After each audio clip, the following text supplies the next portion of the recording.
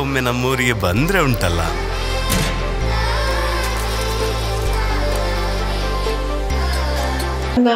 ಏನು ಕಾಸ್ಟ್ಯೂಮ್ ಇದೆ ಅದರ ಮೇಲೆ ಎಲ್ಲರೂ ಬೇಬೇಕಾ ಅಂತ ಬೇಬೇಕಾ ಅಂತ ಕರೆಯೋದಿರ್ಬೋದು. ಅಥವಾ ಅಂದರೆ ಲೈಟಿಗೆ ಅದೇನೋ ಬೇಬಿ ಅಂತ ಹೇಳೋದು, ನನ್ನ ಹೆಸರು ಬೇಬಿ. ನಾನು ಆ ಲೈಟ್ ಇದು ಮಾಡಿದಾಗ ನಾನು ಓ ಅಂತ ಹೋಗು, ಯಾಕಂದ್ರೆ ಎಲ್ಲರೂ ನಾನು ಬೇಬೇಕಂತ ಹೇಳ್ತಾ ಇದ್ರು. ಸೋಮೇಶ್ವರ ಸುಲೋಚನ ಅಂತೆ ನೀವು ಹೇಳಿದ ಭಯ ಅವಳಿಗೆ, ಅವಳು ಎಂತ ಅಂಜು ಬಂದು ನೋಡಿ ಪ್ರತಿಯೊಂದು ಕಡೆಯಲ್ಲಿ ಅವಳು ತಾಯಿ ನಿಜವಾಗಿ ಅವಳು ಎದುರು ಹೋಗ್ಬೇಕಲ್ಲ, ಮೊದಲು ಓಡೋದವಳು. ಅಶೋಕ್ ಅಂತ ಬಾಗಿಲು ತೆಗ್ದಾಗ ಅವಳು ಮಗಳನ್ನ ದುಡ್ಕೊಂಡು ಓಡಿ ಆಯ್ತಾರೆ. ಅಂದ್ರೆ ಅದನ್ನ ಅವ್ರು ನಂಗೆ ಹೇಳಿರೋದು, ಅಂದ್ರೆ ಅವಳ ಸ್ವಭಾವ ಯಾವ ರೀತಿ ಅಂತ. ಅವಳು ಪೂಜೆ ಮಾಡೋ ಮೊದಲು ಓಡಿದವಳು, ಗಂಡ ಇಲ್ಲ ಮಗ ಇಲ್ಲ ಊನವರೆಲ್ಲ ಆ ರೀತಿ ಹೆಣ್ಮಗಳು. ಅಮೋಘ ಅಂತ ಹೇಳೋದು ಗ್ರಾಮೀಣ ಪ್ರದೇಶಕ್ಕೆ ನಾಟಕವನ್ನು ತಗೊಂಡೋಗಿ ಅಲ್ಲಿ ಇದ್ದವರನ್ನೆಲ್ಲ ಸೇರಿಸಿ ನಾಟಕವನ್ನು ಮಾಡಬೇಕಂತ ಯಾಕೆ ಅನ್ನಿಸಿತು, ಪ್ಲಸ್ ಅದು ಹೇಗೆ ಚಾಲೆಂಜಿಂಗ್ ಆಗಿತ್ತು? ನಿಜವಾಗಿ ನಾನು ಬೇಬೇಕನೆ ಹಳ್ಳಿಯಲ್ಲೇ ಹುಟ್ಟಿದ್ದು, ಹಳ್ಳಿಯಲ್ಲೇ ಪರಿಸರದಲ್ಲೇ ಬೆಳೆದದ್ದು. ನನ್ನ PUC ವರೆಗೆ ನಾನು ಹಿರಡ್ಕದಲ್ಲೇ ಓದಿರೋದು, ಹಾಗಾಗಿ ಆ ಪಾತ್ರಕ್ಕೆ ನೀವು ಸೂಟ್ ಆಗ್ತೀರಿ. ಎಂತ ಚಂದದ ಊರು, ಎಂತ ಚಂದದ ಜನಗಳು. ನಿಮ್ಮ ಮನಸ್ಸಿನ ರಂಗಸ್ಥಳವನ್ನ ದೊಡ್ಡದು ಮಾಡ್ಕೊಳ್ಳಿ, ಆಗ ನಿಮಗೆ ಪಾತ್ರಗಳು ಅಲ್ಲಿ ಸಿಗ್ತವೆ.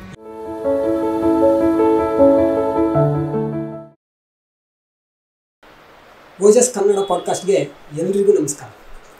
ಇವತ್ತು ಒಂದು ಸ್ಪೆಷಲ್ ಆದಂತಹ ಪಾಡ್ಕಾಸ್ಟ್. ಯಾಕೆ ಅಂತ ಕೇಳಿದರೆ, ಇವತ್ತು ಕರ್ನಾಟಕದಲ್ಲಿ ನೀವು ಎಲ್ಲೇ ನೋಡಿ ಒಂದು ಸಿನಿಮಾಕ್ಕೆ ಟಿಕೆಟ್ ಸಿಗ್ತಾನೆ ಇಲ್ಲ. ಎಷ್ಟೇ ನೀವು ಕಷ್ಟಪಡಿ ಟಿಕೆಟ್ ಸಿಗ್ತಾ ಇಲ್ಲ. ಅದು ಬುಕ್ ಮೈ ಶೋ ಅಲ್ಲಿ ಎಲ್ಲರೂ ಹುಡುಕ್ತಾ ಇದ್ದಾರೆ, ಯಾವಾಗ ಸಿಗ್ತದೆ ಅಂತ ಕಾಯ್ತಾ ಇದ್ದಾರೆ. ಅಂಥ ಸಿನಿಮಾ ನಿಮ್ಗೆ ಈಗಾಗಲೇ ಗೊತ್ತಾಗಿರ್ಬೋದು ಯಾವುದು ಅಂತ. ಅದು ಸೂ ಫ್ರಮ್ ಸೋ.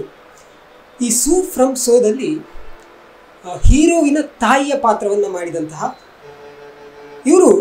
ಇವರ ವಿಶೇಷ ಏನು ಅಂತ ಹೇಳಿದರೆ, ಲೇಖಕರು, ಸಾಹಿತಿ, ಹಾಗೆ ಉದ್ಯಮಿ ಕೂಡ ಹೌದು. ಬಹುಮುಖ ಪ್ರತಿಭೆ ಆದಂತಹ ಪೂರ್ಣಿಮಾ ಸುರೇಶ್ ಅವರು ನಮ್ಮ ಜೊತೆ ಇದ್ದಾರೆ. ಮೇಡಮ್, ಕಾರ್ಯಕ್ರಮಕ್ಕೆ ಸ್ವಾಗತ. ನಮಸ್ತೆ. ಇವರನ್ನು ನೀವು ಎಲ್ಲಿ ನೋಡಿರ್ತೀರ ಅಂತ ಹೇಳಿದರೆ, ಸೂ ಫ್ರಮ್ ಸೋದಲ್ಲಿ ಹೀರೋಯಿನ ತಾಯಿಯ ಪಾತ್ರವನ್ನು, ಅಂದರೆ ನಮ್ಮ ಪ್ರೀತಿಯ ಬೇಬಿ ಅಕ್ಕ ಸಿನಿಮಾದಲ್ಲಿ ಹೇಳೋದಾದ್ರೆ, ಸೊ ಆ ಪಾತ್ರವನ್ನು ಅಚ್ಚುಕಟ್ಟಾಗಿ ನಿರ್ವಹಿಸಿದ್ದಾರೆ. ಸೊ ಅವರ ಹತ್ರ ಬೇರೆ ಬೇರೆ ವಿಷಯಗಳನ್ನು ನಾವು ಇವತ್ತು ಮಾತಾಡ್ತಾ ಹೋಗೋಣ. ಇದರಲ್ಲಿ ಅನೇಕ ವಿಚಾರಗಳನ್ನು ನೀವು ಕೂಡ ತಿಳ್ಕೊಳ್ಬೋದು. ಅದು ಸಿನಿಮಾ ಬಗ್ಗೆ ಆಗಿರ್ಬೋದು, ರಂಗಭೂಮಿ ಬಗ್ಗೆ ಆಗಿರ್ಬೋದು, ಪ್ರತಿಯೊಂದು ವಿಚಾರಗಳನ್ನು ಇವತ್ತು ತಿಳ್ಕೊಳ್ತಾ ಹೋಗೋಣ. ಮೇಡಮ್, ಮೊದಲನೇದಾಗಿ ರಂಗಭೂಮಿ ಮತ್ತು ಸಿನಿಮಾ ಈ ಎರಡೂ ಕೂಡ ನಿಮ್ಮ ಕಣ್ಣುಗಳಿದ್ದಂತೆ. ರಂಗಭೂಮಿ ಒಂದು ಕಡೆ ಆದರೆ ಸಿನಿಮಾ ಒಂದು ಕಡೆ. ಇದನ್ನು ಎರಡನ್ನು ಹೇಗೆ ನೋಡ್ತೀರಾ ನೀವು? ಅಂದರೆ ರಂಗಭೂಮಿ ಅಂದರೆ ಅದು ಜೀವಂತ. ಯಾಕೆಂತ ಹೇಳಿದ್ರೆ ಮತ್ತೆ ಒಮ್ಮೆ ಮಾಡಿದ ಪ್ರಸ್ತುತಿಯನ್ನು ಮತ್ತೆ ನೋಡ್ಬೇಕಾದ್ರೆ ನೀವು ಇನ್ನೊಮ್ಮೆ ಪ್ರಸ್ತುತಿಯನ್ನು ನಡೆಸ್ಬೇಕು. ಸಿನಿಮಾ ಹಾಗಲ್ವಲ್ಲ, ಒಂದೇ ಸಲ ಶೂಟಿಂಗ್ ಆಗಿರೋದು. ನೀವು ಈಗ ಸೂ ಫ್ರಮ್ ಸೂವೆ ಎಲ್ಲಿವರೆಗೆ ಪ್ರಯಾಣದ ಗಡಿ ದಾಟಿ, ಕನ್ನಡ ಭೂಮಿಯನ್ನು ದಾಟಿ ಈಗ ಬೇರೆ ಭಾಷೆಗಳಿಗೆ ರಾಷ್ಟ್ರ ಮಟ್ಟದಲ್ಲಿ ವಿದೇಶಕ್ಕೂ ಸಮೇತ ಪ್ರಯಾಣ ಮಾಡಿದೆ. ಅದೇ ನಾಟಕ ಹಾಗಲ್ಲ, ಅಲ್ಲಿ ಹೋಗ್ಬೇಕಾದ್ರೆ ಮತ್ತೆ ಅಲ್ಲಿ ಅಭಿನಯಿಸ್ಬೇಕು. ಜೊತೆಗೆ ಅಲ್ಲಿ ಯಾವುದೇ ರೀಟೇಕ್ ಇರೋದಿಲ್ಲ. ನದಿ ಹಾಗೆ ಹರಿತಾ ಹೋಗ್ತಾ ಇರಬೇಕು. ಒಮ್ಮೆ ಆರಂಭ ಮಾಡಿದ ನಂತರ ಮುಗ್ದದೇ ಗೊತ್ತು. ಅದರಿಂದಾಗಿ ನಾಟಕ ಬೇರೆ, ಸಿನಿಮಾ ಬೇರೆ. ಸಿನಿಮಾದಲ್ಲಿ ನೀವು ಸರಿಯಾಗಿಲ್ಲ ಅಂದ್ರೆ ಮತ್ತೆ ಕಟ್ ಮಾಡಿ ಮತ್ತೊಮ್ಮೆ ಮಾಡುವಂತ ಅವಕಾಶ ಇದೆ. ನಾಟಕದಲ್ಲಿ ಹಾಗಿಲ್ಲ. ಒಮ್ಮೆ ನೀವು ರಂಗದ ಒಳಗೆ, ರಂಗದ ಮೇಲೆ ಬಂದ ನಂತರ ಅದು ಮುಗ್ದ ನಂತರವೇ ನಿಮ್ಗೆ ವಿಶ್ರಾಂತಿ ಇರೋದು. ಅದು ಹೇಗೇ ಬರ್ಲಿ ಬೇಕಾದ್ರೆ. ಮತ್ತಲ್ಲಿ ನಡುವಿನಲ್ಲಿ ಯಾವುದೇ ಎಂತ ಪ್ರಸಿದ್ಧ ನಿರ್ದೇಶಕರು, ಮೇಷ್ಟ್ರು ಇದ್ರು ಕೂಡ ಅವ್ರ ಮಧ್ಯದಲ್ಲಿ ಬಂದು ನಿಮ್ಗೆ ಸರಿಯಾಗಿಲ್ಲ ಮೊದಲು ಮಾಡುವ ಹಾಗಿಲ್ಲ. ಇಲ್ಲಿ ಅದಕ್ಕೆ ಅವಕಾಶ ಇಲ್ಲ. ಹಾಗಾಗಿ ಯಾವ್ದು ಬೆಸ್ಟ್ ಅಂತ ಅನ್ನಿಸ್ತದೆ ನಿಮಗೆ? ಅಲ್ಲ, ಅದು ಕೂಡ ಚೆನ್ನಾಗೇ ಇರ್ತದೆ. ಯಾಕಂದ್ರೆ ಅದು ಜೀವ ಇರುವಂಥದ್ದು, ನಾವು ಅನುಭವಿಸಿ ಅಭಿನಯಿಸುವಂಥದ್ದಲ್ಲ. ಅದರಲ್ಲಿ ಆ ತಲ್ಲೀನತೆ, ನಮಗೆ ತಾದಾತ್ಮ್ಯತೆ ಇರೋದ್ರಿಂದಾಗಿ ಅದು ತುಂಬಾ ಇಷ್ಟನೇ. ಮತ್ತೊಂದು ಪ್ರೇಕ್ಷಕರು ಕಾಣ್ತಾ ಇರ್ತಾರೆ ಅಂತ ನಿಮಗೆ ನಾಟಕದಲ್ಲಿ. ಆ ಪ್ರೇಕ್ಷಕರ ಸ್ಪಂದನೆ ಅಂತ ಹೇಳುವಂಥದ್ದು ಸಿಗ್ತಾ ಇರ್ತದೆ ಕಂಟಿನ್ಯೂಸ್ ಆಗಿ. ಬಟ್ ಇಲ್ಲಿ ಹಾಗಲ್ಲ. ಇಲ್ಲಿ ನಮಗೆ ಕೆಮರಾವೇ ಎಲ್ಲ ಆಗಿರ್ತದೆ. ಮತ್ತೆ ಕೆಮರಾದ ಕಣ್ಣುಗಳ ಮೂಲಕ ನಾವು ನಮ್ಮನ್ನು ಅಭಿವ್ಯಕ್ತಿಸುವಂತಹ ಆ ಕಲೆಯನ್ನು ರೂಢಿಸ್ಕೊಳ್ಬೇಕಾಗ್ತದೆ. ಖಂಡಿತ. ಈ ಸೂ ಫ್ರಮ್ ಸೋ ವಿಷಯಕ್ಕೆ ಬರೋದಾದ್ರೆ, ಈ ಸಿನಿಮಾ ಈಗಾಗಲೇ ಕರ್ನಾಟಕದ ಗಡಿಯನ್ನು ದಾಟಿ ಬೇರೆ ಬೇರೆ ರಾಜ್ಯಕ್ಕೂ ಕೂಡ ಹೋಗ್ತಾ ಇದೆ. ಇದರ ಯಶಸ್ಸಿಗೆ ನಿಮ್ಮ ಪ್ರಕಾರ ಮುಖ್ಯವಾದ ಕಾರಣ ಏನು? Team work. ಆದರೆ ಒಳ್ಳೆಯ ನಿರ್ದೇಶಕರು, ಮತ್ತೆ ನಿರ್ದೇಶಕರೇ ಲೇಖಕರು ಆಗಿ ಆ ಸ್ಕ್ರಿಪ್ಟ್ ಕೂಡ ಅವರೇ ಬರೆದದ್ರಿಂದಾಗಿ ಅದು ಇನ್ನೂ ಹೆಚ್ಚು ಪರಿಣಾಮಕಾರಿ ಆಗಿರ್ಬೋದು. ಮತ್ತು ಅವರೇ ಹೇಳಿದ ಹಾಗೆ ಅದನ್ನು ಮತ್ತೆ ಮತ್ತೆ ಮತ್ತೆ ಅವರು 6 ವರ್ಷಗಳಿಂದ ಈ ಸಿನಿಮಾಗೋಸ್ಕರವೇ ತಮ್ಮ ಬದುಕಿನ ಒಂದಷ್ಟು ಸಮಯವನ್ನು ಮೀಸಲಾಗಿಟ್ಟಿದ್ರು ಅಂತ ಹೇಳ್ತಾರೆ. ಅದರಿಂದಾಗಿ ಒಬ್ಬರು ಯಾವುದೇ ಒಂದು ವಿಷಯದ ಬಗ್ಗೆ ತನ್ನನ್ನು ಆ ರೀತಿ ಜೋಡಿಸಿಕೊಂಡಾಗ ಅವರೇ ಅದಾಗಿ ಬಿಡ್ತಾರಲ್ಲ, ಅವರೇ ಅದಾಗಿ ಬಿಟ್ಟದ್ರಿಂದ ಆ ಮೇಷ್ಟ್ರು ನಮಗೆ ಕೂಡ ಅದನ್ನೇ ಕೊಟ್ಟಿದ್ದಾರೆ.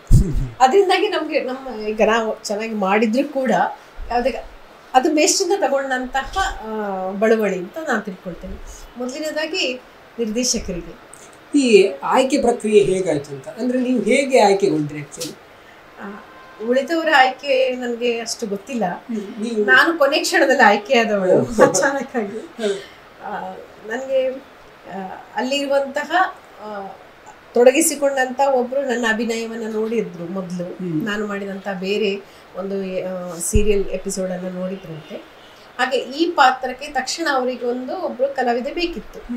ಹಾಗಾಗಿ ಅವರು ಕೊಟ್ಟ ಸಲಹೆ ಮೇರೆಗೆ ನೋಡುವ ಅಂತ ನನಗೆ ಕಾಲ್ ಮಾಡಿದ್ರು. ಅದು ಕಾಲ್ ಮಾಡಿದಾಗ ಯಾವ ಬ್ಯಾನರ್ ಇದರ ಹಿಂದೆಲ್ಲ ಎಂಥ ದಿಗ್ಗಜರಿದ್ದಾರೆ ಇದು ಯಾವುದ್ರ ಅರಿವಿಲ್ಲ. ನಾನು ಇಲ್ಲೇ ಆಫೀಸಲ್ಲಿ ಕೂತಿದ್ದೆ. ಆಗ ಫೋನ್ ಬಂದಾಗ ಹೀಗೊಂದು ಸಿನಿಮಾ ಇದೆ, ನೀವು ಅಭಿನಯಿಸ್ತೀರಾ, ಒಮ್ಮೆ ಮಾತಾಡ್ಲಿಕ್ಕೆ ಬರ್ಬೋದಾ ಅಂತ ಎಂತ ಕೇಳಿದೆ. ಮಂಗಳೂರು ಅಂತ. ಹಾಗೆ ಹೋದ ನಂತರವೇ ನನಗೆ ಗೊತ್ತಾಗಿರೋದು. ಅಲ್ಲಿ ಹೋಗಿ ಅವರ ಎದುರು ಕೂತ್ಕೊಂಡ ನಂತರ ಎಲ್ಲ ಫೋಟೋ ಎಲ್ಲ ನೋಡಿ ರಾಜ್ ಶೆಟ್ಟಿಯವರ ಬ್ಯಾನರ್ ಎಲ್ಲ ಲೈಟರ್ ಬುದ್ಧ ಎಲ್ಲ ಆ ನಂತರ ಗೊತ್ತಾಗಿರೋದು ನನಗೆ. ಅದೊಂದು ಕನಸಿತ್ತು ನನಗೆ, ಅವರ ಸಿನಿಮಾದಲ್ಲಿ ಒಮ್ಮೆ ಅಭಿನಯಿಸುವ ಅವಕಾಶ ಸಿಕ್ಕಿದ್ರೆ ಅಂತ. ಅದೇ ಇದು ಸಿನಿಮಾ ಆಗುವ ವಿಷಯವೇ ನಂಗೆ ಗೊತ್ತಿರಲಿಲ್ಲ. ಹಾಗೆ ಅಲ್ಲಿ ಹೋದೆ. ಆಯ್ಕೆಗೆ ಆಗಲೇ ನಾನು ದಿನಾಂಕ, ನನಗೆ ಶೂಟಿಂಗ್ನ ದಿನಾಂಕನ ಹೇಳ್ಕೊಂಡೇ ಬಂದಿರೋದು. ಪಾತ್ರ ಕೂಡ ನಿಮಗೆ ಹೌದು, ಈ ಪಾತ್ರಕ್ಕಂತಾನೆ ಅವರು ನನ್ನನ್ನು ಕರ್ತೀವಿ. ಅಂದ್ರೆ ಮೊದಲೇ ಯೋಚನೆ ಮಾಡಿದ್ದಾರೆ ಅಂತ ಕಾಣಬೇಕು ಮೋಸ್ಟ್ಲಿ. ಅಂದ್ರೆ ಈ ಪಾತ್ರಕ್ಕೆ ಯಾರು ಸೂಟ್ ಆಗ್ತಾರೆ ಅಂತ ಹೇಳಿದ್ರೆ ಪೂರ್ಣಿಮಾ ಗೊತ್ತಿಲ್ಲ. ಆದರೆ ಅದೇ ಜೆ ಪಿ ತುಮಿನಾಡ್ ಸರ್ ಒಂದು ಸಂದರ್ಶನದಲ್ಲಿ ನಾನು ಕೇಳಿದೆ, ಈ ಸಿನಿಮಾಕ್ಕೆ ಎಲ್ಲ ಬೇಕಾಗುವಂಥದ್ದು ಆ ಸಿನಿಮಾವೇ ತನಗೆ ಬೇಕಾದವ್ರನ್ನ ತರಿಸಿಕೊಂಡಿತ್ತು ಅಂತ ಹೇಳಿದ್ರು. ಆಗ ನಾನು ಅನಿಸಿದಿಲ್ಲ ಹಾಗೆ ನಾನೊಂದು ಅಥವಾ ನನ್ನದು ಅದು ಏನೋ ಅದೃಷ್ಟ ಇರ್ಬೋದೇನೋ, ನನಗಂತಹ ಒಂದು ಒಳ್ಳೆಯ ಪಾತ್ರ ಸಿಕ್ಕಿದೆ, ಜೊತೆಗೆ ಒಳ್ಳೆಯ ಮೇಷ್ಟ್ರು ಸಿಕ್ಕಿದ್ರು.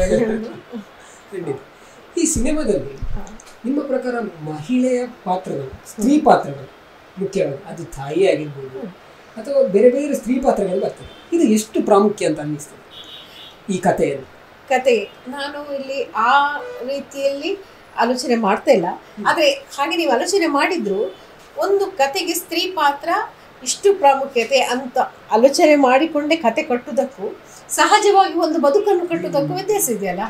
ಇದು ಯಾಕೆ ಅಂದರೆ ಇದು ನಮ್ಮ ಬದುಕು. ಅಲ್ಲಿ ನೀವು ಪ್ರತಿಯೊಂದು ಊರಿಗೆ ಹೋದಾಗ ಅಲ್ಲೊಬ್ಬ ಬೇಬೆಕ್ಕ ಇದ್ದಾಳೆ. ಆ ಬೇಬೆಕ್ಕನನ್ನು ಅವ್ರು ತಂದು ಹಿಡಿದಿಟ್ಟಿದ್ದಾರೆ. ಯಾಕಂದರೆ ಆ ಬೇಬೆಕ್ಕನನ್ನು ನಿರ್ದೇಶಕರು ಕಂಡಿದ್ದಾರೆ. ಅವಳ ಮಾತನ್ನು, ಅವಳ ನಡವಳಿಕೆಯನ್ನು, ಅವಳ ಏನು 2 ಬಗೆಯ ಸ್ವಭಾವವನ್ನು, ಅಂದರೆ ಆ ಮುಗ್ಧತೆಯಲ್ಲಿರುವಂತಹ ಆ ಸ್ವಭಾವ ಇದೆಯಲ್ಲ, ಅದು ಹಳ್ಳಿಗರ ಮುಗ್ಧತೆ. ಆದರೆ ಯಾರೋ ಬಂದ ಕೂಡಲೇ ಅತಿಯಾಗಿ ಮಾಡ್ಕೊಳ್ಳುವಂಥದ್ದು, ಆ ಹೆದರಿಕೆ, ಇದೆಲ್ಲ ನಾವು ನೋಡಿದ್ರು. ಈ ಪಾತ್ರ ಯಾಕೆ ನಿಮಗೆ ಮುಖ್ಯ ಅಲ್ಲ ಅಂತ ಅನಿಸ್ತದೆ? ಸ್ತ್ರೀ ಪಾತ್ರ ಮುಖ್ಯವೇ ಅಲ್ವಾ? ನಾವು ಆಲೋಚನೆ ಮಾಡುವ ರೀತಿಯಲ್ಲಿ ಹಾಗೆ ನಾವು ಯಾವುದೋ ಒಂದು ಕುಂದನ್ನು ಹುಡುಕಿಕ್ಕೆ ಹೋದ್ರೆ ಪ್ರತಿಯೊಂದರ ಪರಿಪೂರ್ಣ ಅಂತ ಹಾಗೆ ಅಂತ, ಅಥವಾ ನಿಮಗೆ ಪರಿಪೂರ್ಣ ಅನಿಸಿದ್ರೆ ನನಗಲ್ಲ ಏನೋ ಒಂದು ತೊಂದರೆ ಕಾಣ್ತಾರೆ. ನನಗನ್ನಿಸ್ತದೆ ಇದು ಭಾನು ಅಂತ ಪಾತ್ರ ಒಂದು ಎಂತ ಇಡೀ ಆ ಸಿನಿಮಾವನ್ನು ಯಾವ ರೀತಿಯಲ್ಲಿ ಹಿಡಿದು ಕೊಟ್ಟಿದೆ ನೋಡಿ. ಎಷ್ಟು ಮನೆಯಲ್ಲಿ ಭಾನು ಇಲ್ಲ, ಎಷ್ಟು ಒಂಟಿ ಹೆಣ್ಣಿರುವ, ಪ್ರತಿ ಒಂದು ಊರಲ್ಲಿ ಒಬ್ಬ ಒಂಟಿ ಹೆಣ್ಣಿದ್ದಾಗ ಯಾವ ರೀತಿ ಈ ಪುರುಷ ಜಗತ್ತು ಅವಳನ್ನು ತನಗೆ ಬೇಕಾದಾಗ ಉಪಯೋಗಿಸೋದಿಲ್ಲ, ಅದನ್ನು ಎಷ್ಟು ನಯವಾಗಿ ಕಟ್ಟಿಕೊಟ್ಟಿದ್ದಾರೆ. ಅದನ್ನೆಲ್ಲೋ ರೋಷ ಗೀಷ ಕೊಟ್ಟು ಅಂತದನ್ನು ಮಾಡಲಿಲ್ಲ, ಎಷ್ಟು ಸಾವಧಾನವಾಗಿ ಅದನ್ನು, ಅದು ನಿರ್ದೇಶಕರ ಜಾಣ್ಮೆ ಅಂತ ನಾನು ತಿಳ್ಕೊಂಡೆ. ಮತ್ತೊಂದು, ಈ ಸಿನಿಮಾದಲ್ಲಿ ಪ್ರತಿಯೊಂದು ಪಾತ್ರಗಳು ಕೂಡ ಮುಖ್ಯನೇ. ಅದನ್ನೇ ನಾನು ಹೇಳಿ, ಒಂದು ಪಾತ್ರ ಬಿಟ್ಟರೆ ಇನ್ನೊಂದು ಪಾತ್ರ ಇಲ್ಲ. ಯಾವುದೇ ಸ್ತ್ರೀ ಪಾತ್ರಕ್ಕೆ ಪ್ರಾಮುಖ್ಯತೆ ಕೊಡಬೇಕು ಅಥವಾ ಇಂತಹ ಒಂದು ಪಾತ್ರಕ್ಕೆ ಪ್ರಾಮುಖ್ಯತೆ ಕೊಡಬೇಕು ಅನ್ನುವ ನಿಟ್ಟಿನಲ್ಲಿ ನಾನು ಕಂಡುಕೊಂಡ ಹಾಗೆ ಈ ಕತೆ ಇಲ್ಲ. ಇದು ಊರಿನ ಕತೆ. ಆರಂಭದಲ್ಲೇ ಹೇಳ್ತೇನೆ ಬನ್ನಿ ನಮ್ಮ ಊರಿಗೆ ಅಂತ. ಆ ಊರಿನಲ್ಲಿರೋ ಪ್ರತಿಯೊಂದು ಪಾತ್ರವನ್ನ ನಾವು ಬಿಡಿಸಿ ನೋಡಿದ್ರೆ ಕೂಡ ಆ ದೃಷ್ಟಿಯಲ್ಲಿ ನೋಡಿದಾಗ ಅದು ಮುಖ್ಯವೇ. ಸತೀಶ ಪಾತ್ರ ಮುಖ್ಯ ಅಲ್ವಾ? ನಾವು ಎಷ್ಟು ಸತೀಶರನ್ನು ನೋಡ್ತೀವಿ. ಭಾವ ಪಾತ್ರ ಮುಖ್ಯ ಅಲ್ವಾ? ಆ ಅಂಗಡಿಯಲ್ಲಿ ಬರುವಂತವ್ರು ಮುಖ್ಯ ಅಲ್ವಾ? ಪ್ರತಿಯೊಂದು ಪಾತ್ರ ಮುಖ್ಯ. ಅಜ್ಜಿ ಬರೋದು 2 ಕ್ಷಣ ಆದ್ರೂ ಕೂಡ. ಅದರಿಂದಾಗಿ ಈ ಒಂದೊಂದು ಏನು ಹೂವಿನಲ್ಲಿ ಒಂದು ದಳವನ್ನ ವಿಂಗಡಿಸಿ ಇದು ತುಂಬಾ ಮುಖ್ಯನಾ ಅಂತ ಕೇಳಿದ್ರೆ ಒಳಗಿರೋದ್ರ ಚಿಕ್ಕದಿರ್ಬೋದು, ದೊಡ್ಡದಿರ್ಬೋದು, ಅದು ಎಲ್ಲವೂ ಸೇರಿ ಒಂದು ಹೂವಾಗಿ ಎಲ್ರಿಗೂ ಆಕರ್ಷಣೀಯವಾಗಿರುತ್ತಲ್ಲ, ಇದು ಕೂಡ ಹಾಗೆ ಅಂತ ನನ್ನ ಅನಿಸಿಕೆ. ಖಂಡಿತವಾಗಿ ಈ ಸಿನಿಮಾವನ್ನ ನಾವು ನೋಡಿದಾಗ ಈ ಸಿನಿಮಾ ಒಂದು ರೀತಿಯಲ್ಲಿ ಭಾಷೆ ಅಂತ ಹೇಳುವಂಥದ್ದು ಯಾವುದೇ ಸಿನಿಮಾಕ್ಕೆ ಅಡ್ಡಿ ಆಗುವುದಿಲ್ಲ ಅಂತ ಹೇಳೋದನ್ನು ಮತ್ತೊಮ್ಮೆ ತೋರಿಸ್ತಾ ಇದೆ ಈ ಸಿನಿಮಾ. ಯಾಕಂತ ಹೇಳಿದರೆ ನಾವು ಕನ್ನಡ ಭಾಷೆಯ ಸಿನಿಮಾ ಆದರೂ ಕೂಡ ಇವತ್ತು ಜಗತ್ತಿನಾದ್ಯಂತ. ಹಾಗಾದರೆ ಅದರಲ್ಲಿ ಯಾವುದು ಮುಖ್ಯ ಅಂತ ನೋಡಿದರೆ ಮೋಸ್ಟ್ಲಿ ಕತೆ ಅಂತ ಹೇಳ್ಬೋದು. ಅದರ ಒಳಗಿನ ಕತೆ ಆಗಿರ್ಬೋದು, ಅಥವಾ ಕತೆಯ ಒಂದು ಸಾರ, ಏನು ಕತೆ ನೀಡ್ತದೆ ಸಂದೇಶ, ಅದು ಈ ಕತೆ ಈ ಸಿನಿಮಾದ ಜೀವಾಳ ಅಂತ ಹೇಳ್ಬೋದು. ಹೌದಾ? ಮುಖ್ಯವಾಗಿ ಬದುಕು ಏನಿದೆ ಆ ಬದುಕನ್ನೇ ಕಟ್ಟಿಕೊಟ್ಟಿರ. ಅಂದರೆ ಎಲ್ಲಿಯೂ ಕೃತಕತೆ ನನಗೆ ಕಾಣಿಸ್ಲಿಲ್ಲ. ನಾವೇನು ಬದುಕ್ತಿದ್ದೇವೆ, ನಾನು ಹೆಚ್ಚಿನ ಈ ಬಹಳ ಬೌದ್ಧಿಕವಾಗಿ ಅಥವಾ ವೈಚಾರಿಕವಾಗಿ ಆಲೋಚನೆ ಮಾಡೋಲ್ಲ. ಸಾಮಾನ್ಯ ಜನರು ನನಗೆ ಸಿಕ್ಕಿದರು, ನಾವಿರುವ ಹಾಗೆ ಉಂಟಲ್ಲ ಸಿನಿಮಾದಲ್ಲಿ ಅಂತ ಹೇಳ್ತಾರೆ. ಅದು ನಿಜವಾದದ್ದು ಅಂತ. ನಾವು ಎಲ್ಲೋ ಅದನ್ನು ನಮ್ಮ ಬುದ್ಧಿಯನ್ನು ಉಪಯೋಗಿಸಿ ನಿಜವಾದದಕ್ಕೆ ನಾವೇನೋ ಒಂದು ಸುತ್ತು ಕವರ್ ಹಾಕ್ತೇವೆ ಅಂತ ಅನ್ಸುತ್ತೆ. ಇದು ಹಾಗಲ್ಲ, ಏನು ಇದೆಯೋ ಅದನ್ನು ತುಂಬ ಚೆಂದ ಮಾಡಿ ಕೊಟ್ಟದಿದೆ ಅಂತ ಹೇಳಿ ಆ ನಿಟ್ಟಿನಲ್ಲಿ ಇದು ಮುಖ್ಯ. ಇನ್ನು ಒಂದು ಉಡುಪಿಯೊಳಗೆ ನಾನು ಹೇಳಿದ್ರೆ, ನನಗಂತೂ ನಮ್ಮ ಕನ್ನಡ ಭಾಳ ಚೆಂದ, ಕನ್ನಡವೇ ಚೆಂದ. ಅದರಲ್ಲೂ ನಮ್ಮ ದಕ್ಷಿಣ ಕನ್ನಡ, ಉಡುಪಿ ಮಂಗಳೂರಿನ ಕನ್ನಡ ಮತ್ತು ಚೆಂದ ಅಂತ ನನ್ನ ಅನಿಸಿಕೆ. ಇವನ್ ನಾವು ಸರ್ಕಾರಿ ಹಿರಿಯ ಪ್ರಾಥಮಿಕ ಶಾಲೆಯಲ್ಲಿ ನೋಡಿದ್ರು ಕೂಡ ಇದೇ ರೀತಿ ಕನ್ನಡ, ಅದೊಂದು ಕೇಳಲಿಕ್ಕೆ ಒಂಥರ ಖುಷಿ, ಎಂತ ಮಾರೆ ಅಂತ ಆ ಥರ ಒಂದು ಕನ್ನಡ ಅದ್ಭುತವಾದಂಥದ್ದು. ಸೊ ಈಗ ನಿಮ್ಮ ಜೀವನದ ವಿಷಯಕ್ಕೆ ಬರೋದಾದರೆ, ಅನೇಕ ಸೋಲುಗಳು ಬಂದಿದೆ ನಿಮ್ಮ ಜೀವನದಲ್ಲಿ. ಇದನ್ನೆಲ್ಲವನ್ನು ಕೂಡ ಯಾವ ರೀತಿ ನೀವು ಮೆಟ್ಟಿ ನಿಂತಿದ್ದೀರಿ? ಪ್ರತಿಯೊಂದು ಸೋಲು ಕೂಡ ಗೆಲುವಿಗೊಂದು ಮೆಟ್ಲು ಅಲ್ವಾ. ನಾನಿವಾಗ ಎಲ್ಲಿ ಕೂತಿದ್ದೇನೋ ಅದಕ್ಕೆ ನಾನು ನಡೆದು ಬಂದ ಹಾದಿಯೇ ಕಾರಣ ಅಂತ ನಾನು ಅಂದ್ಕೊಳ್ಳೋದು. ಇದು ಕೇವಲ ಕಲೆಗೆ ನಾನು ಸೀಮಿತವಾಗಿ ಹೇಳ್ತಿರೋದಲ್ಲ, ಬದುಕಿನ ಯಾವುದೇ ಹಂತದಲ್ಲಿರ್ಬೋದು. ಆ ಕಾಲಕ್ಕೆ ಸಿಕ್ಕಿದಂತಹ ಕೆಲವು ಸಮಸ್ಯೆಗಳಿರ್ಬೋದು, ಅಥವಾ ಅಡೆತಡೆಗಳಿರ್ಬೋದು, ಬೇರೆಯವರಿಂದ ಉಂಟಾದ ನೋವು ಇರ್ಬೋದು, ಅದೆಲ್ಲವುಗಳು ಈಗ ಎಲ್ಲಿ ಕೂತಿ ಕಾಣ್ತಾ ಇದ್ದೇನಲ್ಲ, ಅದೆಲ್ಲ ಅನುಭವಗಳಷ್ಟೇ. ಆ ಅನುಭವಗಳನ್ನು ನನ್ನ ಬದುಕಿಗೆ ಕೊಟ್ಟದಕ್ಕಾಗಿ ನಾನು ದೇವರಿಗೆ ಚಿರಋಣಿಯಾಗಿದ್ದೇನೆ ಅಷ್ಟೇ. ನಿಮ್ಮ ಅಜ್ಜಿಯ ನೆನಪು ಮಾಡೋದಿಲ್ಲ, ಹೇಳಲೇಬೇಕು. ಯಾಕಂತ ಹೇಳಿದರೆ ಒಂದು ಸಂದರ್ಶನದಲ್ಲಿ ನೀವು ಹೇಳೋದನ್ನು ಕೇಳ್ತಾ ಇದ್ದೆ ನಾನು. ಊರಲ್ಲಿ ಕೂಡ ಅಜ್ಜಿಯ ಪುಲ್ಲಿ ಬಂದರು ಅಂತ ಹೇಳ್ಬೋದು. ಸೊ ಹೇಳ್ಬೋದು ಅಜ್ಜಿಯ. ಪ್ರತಿಯೊಬ್ಬರ ಬದುಕಲ್ಲೂ ಒಬ್ಬರು ಯಾರೋ ನಿರ್ದೇಶಕರು ಇರ್ತಾರೆ ಅಂತ ಸೂತ್ರಧಾರ. ನನ್ನ ಬದುಕಿನ ದಂಡನಾಯಕಿಯವಳು. ಯಾಕೆಂದರೆ ನನಗೆ ತಂದೆ ಇರಲಿಲ್ಲ. ನಾವು ಬಾಲ್ಯದಲ್ಲೇ ಅಮ್ಮನ ಅಂದರೆ ಅಜ್ಜಿ ಮನೆಗೆ ಬಂದು ಸೇರಿಕೊಂಡೆವು. ನನ್ನ ಬಲ ಏನಾಯ್ತು, ನಾನು ಅಮ್ಮನಿಗಿಂತ ಅಜ್ಜಿಯನ್ನೇ ಹಚ್ಕೊಂಡಿದ್ದೆ. ಅಮ್ಮನ ಅಷ್ಟೇ ನನಗೆ ಹತ್ತಿರ ಆಗಿರಲಿಲ್ಲ, ಯಾಕಂದರೆ ಅವರಷ್ಟಕ್ಕೆ ಇರ್ತಿದ್ರು. ಅಜ್ಜಿ ಮತ್ತು ಎಲ್ಲದರಲ್ಲೂ ಸ್ವಲ್ಪ ಬುದ್ಧಿವಂತರಾದ್ರಿಂದ ಅವ್ರ ಹತ್ರ ಗೊತ್ತಿಲ್ಲದ ಕಲೆಗಳಿಲ್ಲ. ನಾನು ಸಣ್ಣದಿರೋ ನೋಡಿದೆ ಬುಟ್ಟಿ ಹಿಡಿಯೋದು, ಮತ್ತು ರಾತ್ರಿ ಬಂದು ಮಹಾಭಾರತ ರಾಮಾಯಣ ಎಲ್ಲ ಓದೋದು, ಯಕ್ಷಗಾನದ್ದು ತಾನೇ ಭಾಗವತಿಗೆ ಇದನ್ನು ಬರೆಯೋದು, ಹಾಡುಗಳನ್ನು, ಇಂಥದ್ದೆಲ್ಲ ಮಾಡ್ತಾಯಿದ್ರು. ಜೊತೆಗೆ ಅವ್ರು ಯಾವಾಗಲೂ ನನಗೆ ಹೇಳೋದು, ಬದುಕಿನಲ್ಲಿ ಬರೋದು ವಿದ್ಯೆ ಮಾತ್ರ ಮಗ, ದುಡ್ಡಲ್ಲ, ವಿದ್ಯೆಯಿಂದ ಬರುವ ದುಡ್ಡದು ಶ್ರೇಷ್ಠ ಅಂತೆಲ್ಲ ಇಂಥದ್ದೆಲ್ಲ ಆಗಲೇ ಅರ್ಥ ಆಗ್ತಿರ್ಲಿಲ್ಲ ಅದು.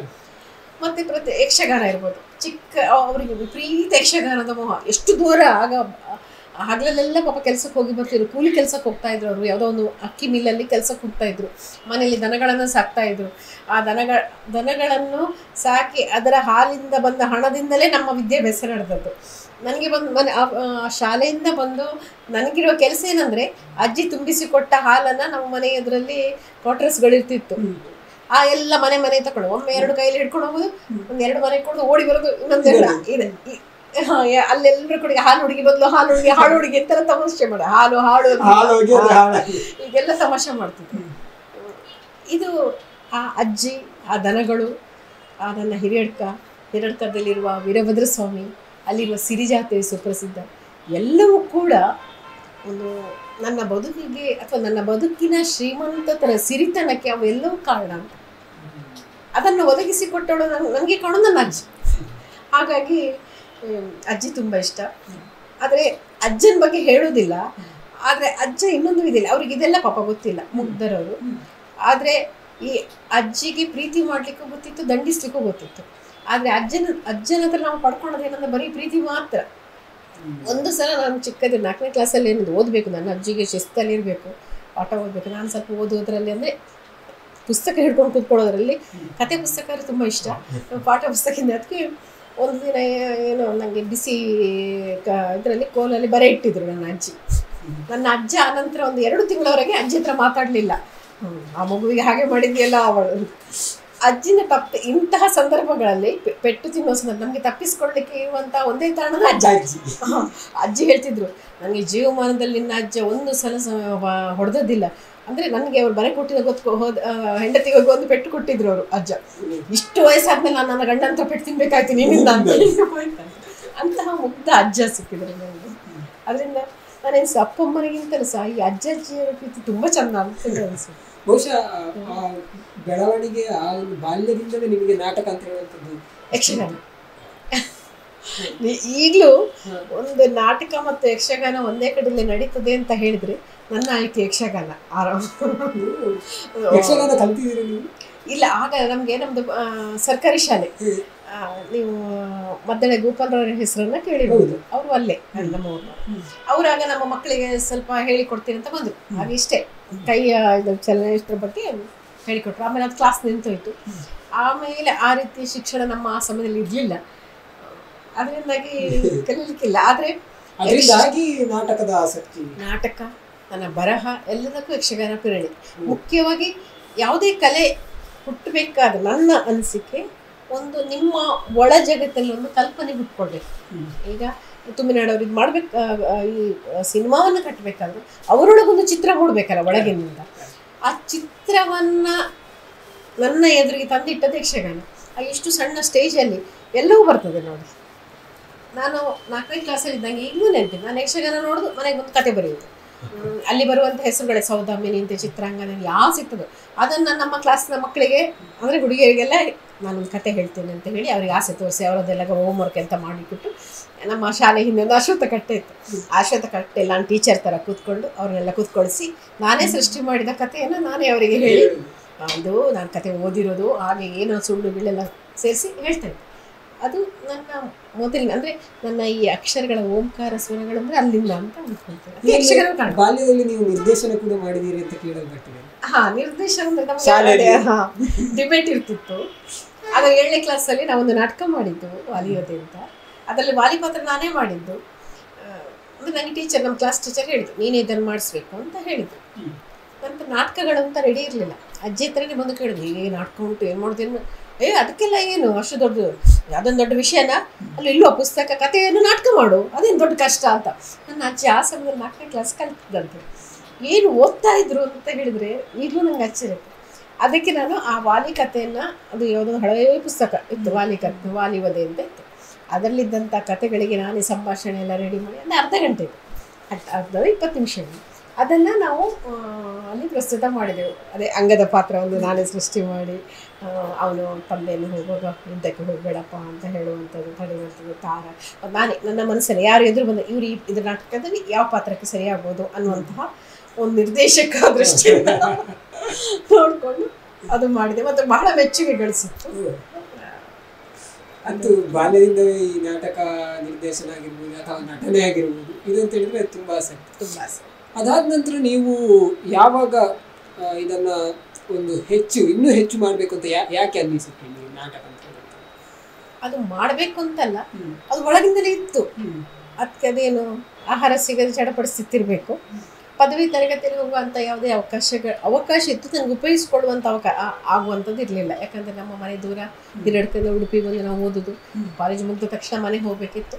ಅದರಿಂದ ಪದವಿ ತರಗತಿಯ ಆ 3 ವರ್ಷಗಳು ಒಂದು ಮೌನಕ್ಕೆ, ಅದು ಅಗತ್ಯ ಕೂಡ ಇತ್ತೇನೋ. ಆನಂತರ ನಾನು ಉದ್ಯೋಗಕ್ಕೆ ಸೇರಿಕೊಂಡೆ. ಅದು ಕೂಡ ನನಗೆ ಬಹಳ ನನ್ನ ವ್ಯಕ್ತಿತ್ವಕ್ಕೆ ಬಹಳಷ್ಟು ಕಾಣಿಕೆ ಕೊಟ್ಟಂಥದ್ದೇ ಪ್ರವಾಸದ ಉದ್ಯಮವೇ ಇತ್ತು. ನಂತರ ಮದುವೆ ಇದೆ.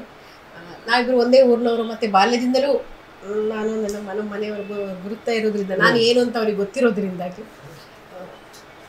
ತಕ್ಷಣ ಅವರೇನು ನಾಟಕಕ್ಕೆ ಹೋಗು ಅಂತ ಹೇಳಿಲ್ಲ. ಆದರೆ ಇಲ್ಲಿ ರಂಗಭೂಮಿ, ಉಡುಪಿಯ ರಂಗಭೂಮಿ ಸಂಸ್ಥೆಯಿಂದ ನಾಟಕ ಸ್ಪರ್ಧೆ ಆಗ್ತದೆ, ಇವಾಗಲೂ ನಡೀತದೆ MGM ಕಾಲೇಜಲ್ಲಿ. ನಾನು ಇದೇ ಆಫೀಸಲ್ಲಿ ನಮ್ಮದು ಉದ್ಯಮ, ಅದಕ್ಕೆ ಬಂದು ಇಲ್ಲಿ ಕೆಲಸ ಮಾಡ್ತಿದ್ದೆ.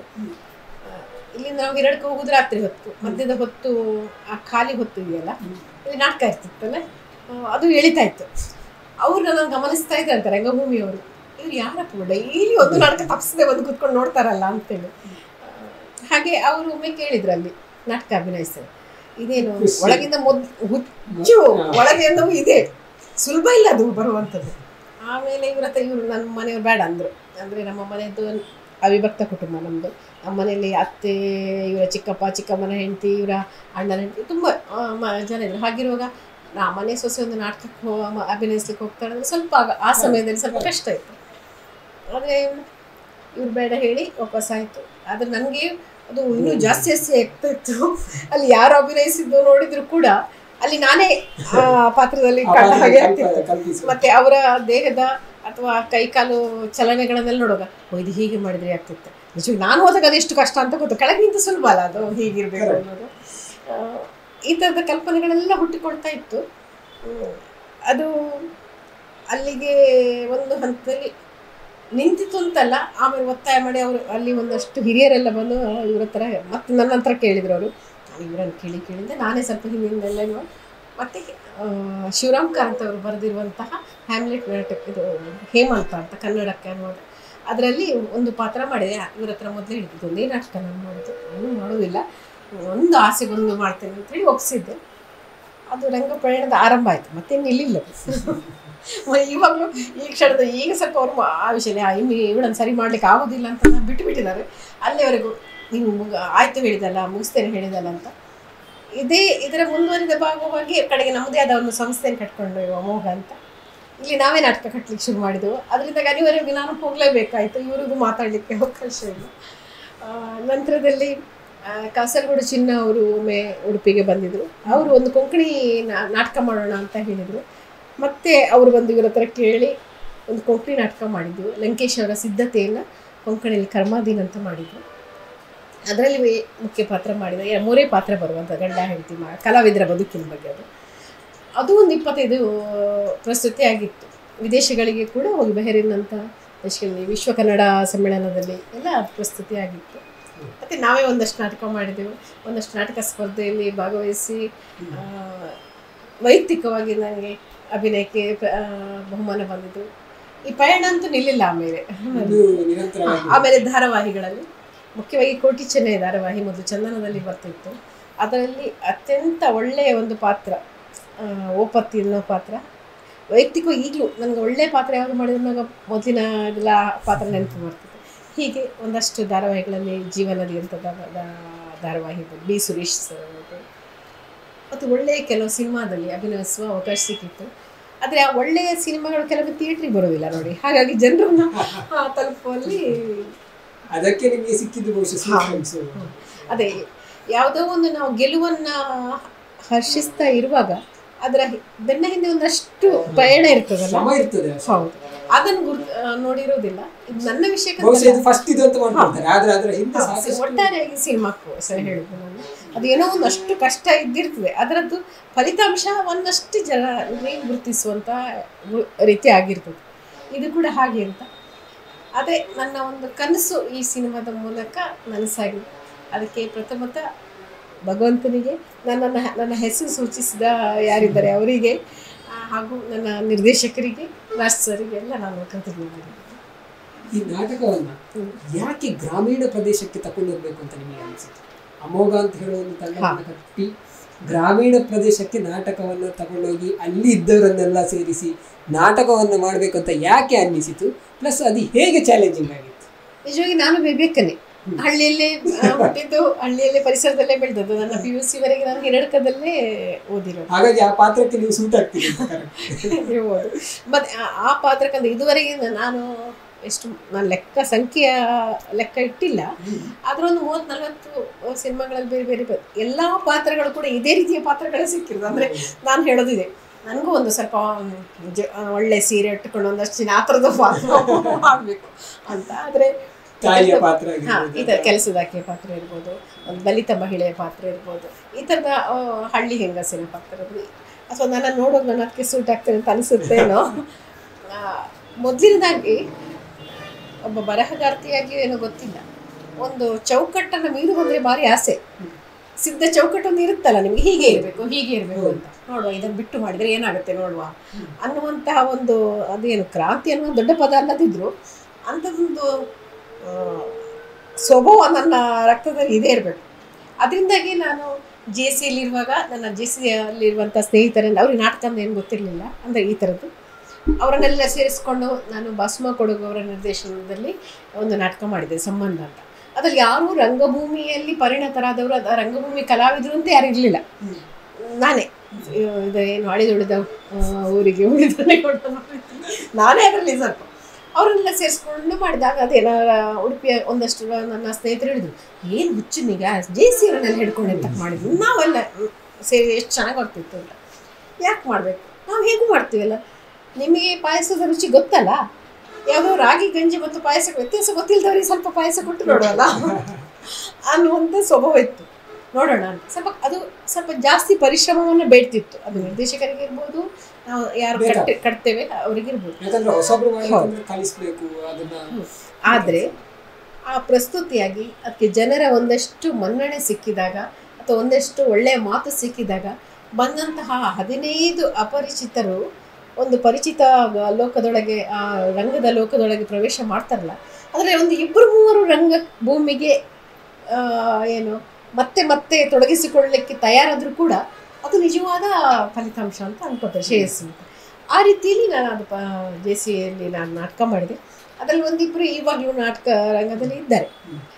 ಆ ನಂತರದಲ್ಲಿ ಆ ನಾಟಕ ನಾವು ಸ್ಪರ್ಧೆಗಳಿಗೂ ಕರ್ಕೊಂಡಿದ್ದೀವಿ. ಅದೊಂದು ಹೆಚ್ಚು ಶೋ ಆಗಿಲ್ಲ, ಯಾಕಂದ್ರೆ ನನ್ನ JCಯ ನಾನು ಅವಧಿ ಮುಗಿದಂತ ನಾನು ಸ್ವಲ್ಪ ಈಚೆ ಬಂದೆ ಮತ್ತು ಅವರವರ ಕೆಲಸದಲ್ಲಿ ವ್ಯಸ್ತರಾದ್ರಿಂದಾಗಿ ಅಷ್ಟರಲ್ಲಿ 8-9 ಶೋ ಆಗಿರ್ಬೋದು.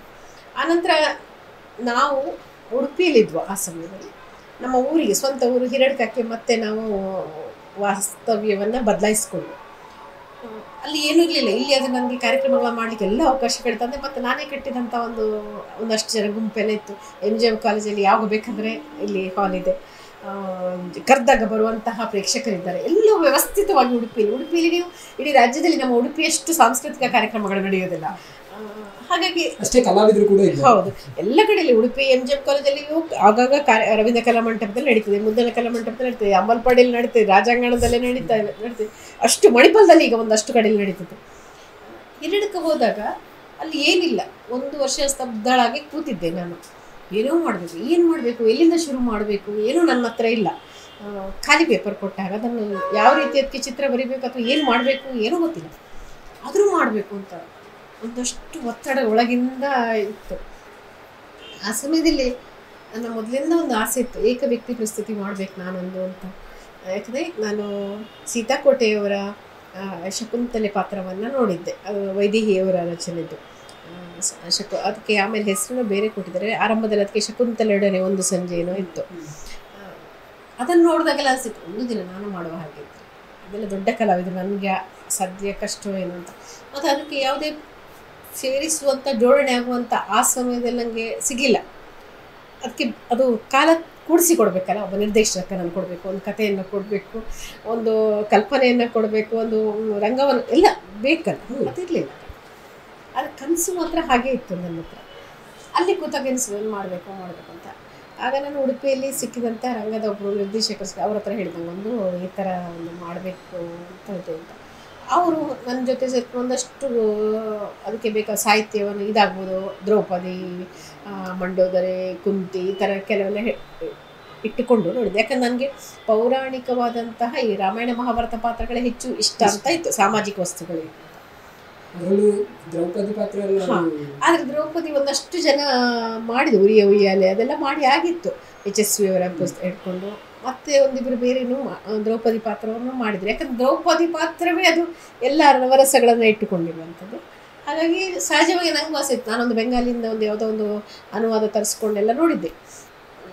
ಅದು ಇದನ್ನು ಬಿಟ್ಟು ಬೇರೆ ಏನು ಸಿಗ್ತದೆ ಅಂತ. ಕೆಲವು ಪಾತ್ರಗಳು, ಸೌಮ್ಯ ಪಾತ್ರಗಳು ನಂಗೆ ಅಷ್ಟು ಇದಾಗ್ತಿರ್ಲಿಲ್ಲ, ಎಲ್ಲವೂ ಬೇಕು ಅಂತ ಇತ್ತು. ಆ ಸಮಯದಲ್ಲಿ ಹೀಗೆ ಇರುವಾಗ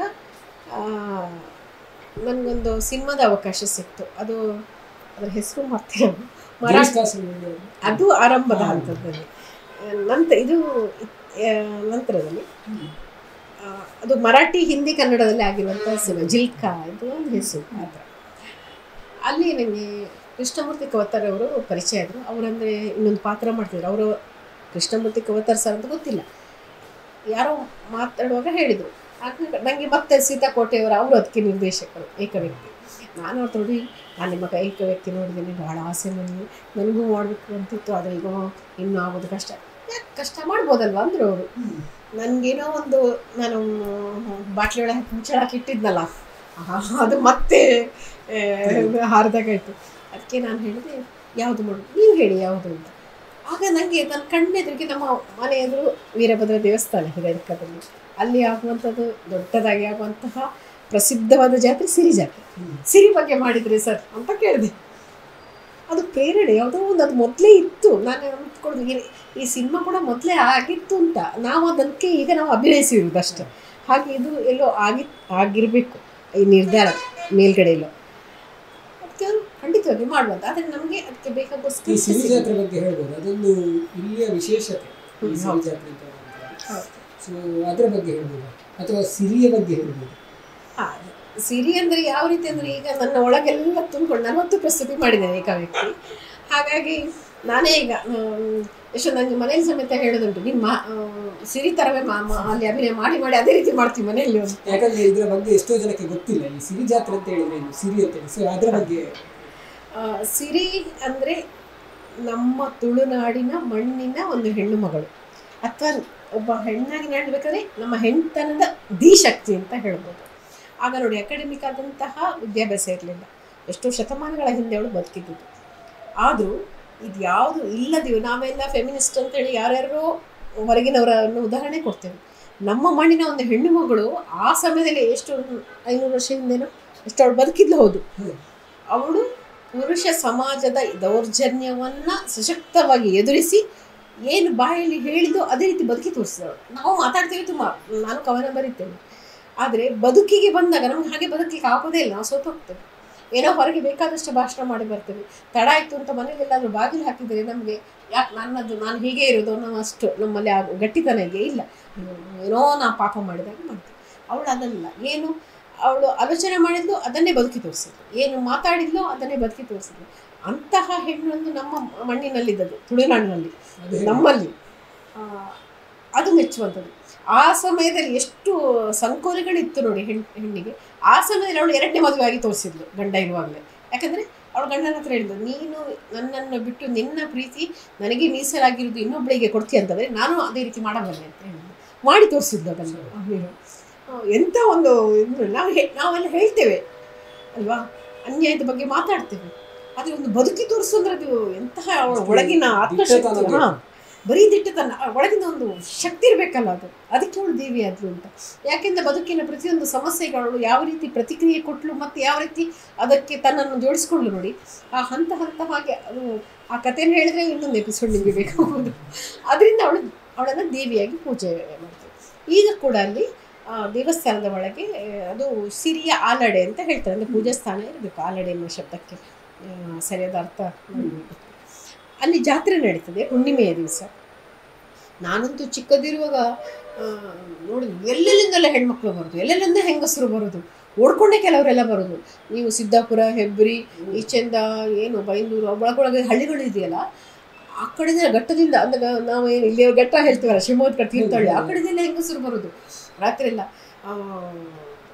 ಸಿರಿ ಜಾತ್ರೆ ಅಂದರೆ ಏನು ಬೆಳದಿಂಗಳ ಹೊನಲ್ ಬಿದ್ದ ಈ ಮೈ ಮೇಲೆಲ್ಲ ಆವೇಶ ಬರೋದೇನು. ಅದನ್ನು ಹಿಂಗಾರವನ್ನು ಹಿಡ್ಕೊಂಡು ಮುಖಕ್ಕೆ ಬಡಿದುಕೊಂಡು ಆ ವಿಚಿತ್ರವಾದ ಒಂದು ಸ್ವರದಿಂದ ನಾರಾಯಣ ಅಂತ ಹೇಳ್ಕೊಂಡು ಹೇಳ್ಕೊಂಡು ಆ ಆಲಾಪ ರಿದಮ್ಮು ಇದೆಯಲ್ಲ, ಅದನ್ನೆಲ್ಲ ನಾನು ಬಾಲ್ಯದಿಂದ ನೋಡ್ತಾ ಬಂದದ್ದು. ಯಾಕಂದರೆ ನಾವೆಲ್ಲ ಫ್ರೆಂಡ್, ನಮಗದೊಂದು ಖುಷಿ ನೋಡುವಂಥದ್ದು. ಒಬ್ಬರೊಬ್ಬರು ಹೆಣ್ಣುಮಕ್ಳ ಹತ್ತಿರ ಅವರ ಮನೆಯವರು. ನಾನು ಅದನ್ನೇ ನನ್ನ ರಂಗರಂಗೋಲಿ ಅನ್ನೋ ಪುಸ್ತಕದಲ್ಲಿ ಬರೆದಿದ್ದೀನಿ ಅದರ ಬಗ್ಗೆ.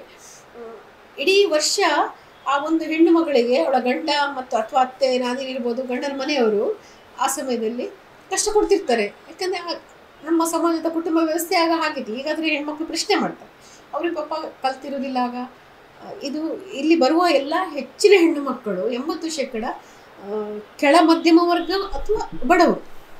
ಅಂದರೆ ಅವರಿಗೆ ಆರ್ಥಿಕವಾಗಿರ್ಬೋದು ತುಂಬ ಎಲ್ಲ ಸದೃಢರಲ್ಲ. ಅವರು ದಿನನಿತ್ಯದ ಕೃಷಿ ಮತ್ತು ಅದಕ್ಕೆ ಸಂಬಂಧಪಟ್ಟ ಕಾಯಕಗಳಲ್ಲಿ ತಮ್ಮನ್ನು ತೊಡಗಿಸಿಕೊಂಡರು.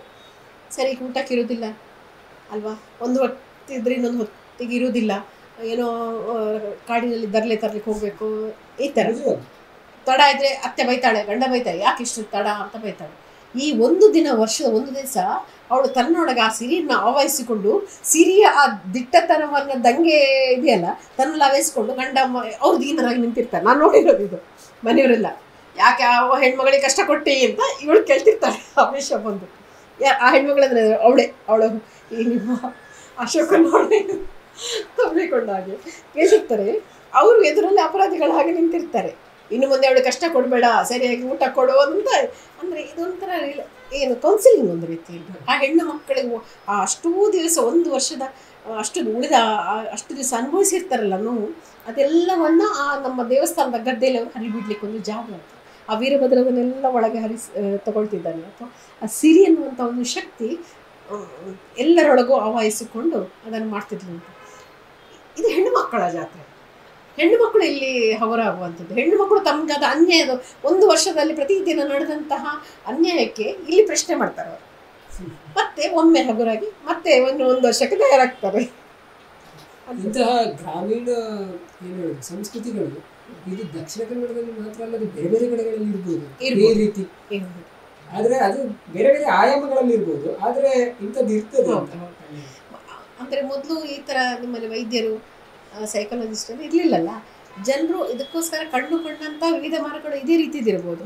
ನೀವು ಅಸ್ಸಾಂನಲ್ಲಿರುವಂಥ ಕಾಮಾಖ್ಯ ದೇವಸ್ಥಾನ ಇರ್ಬೋದು.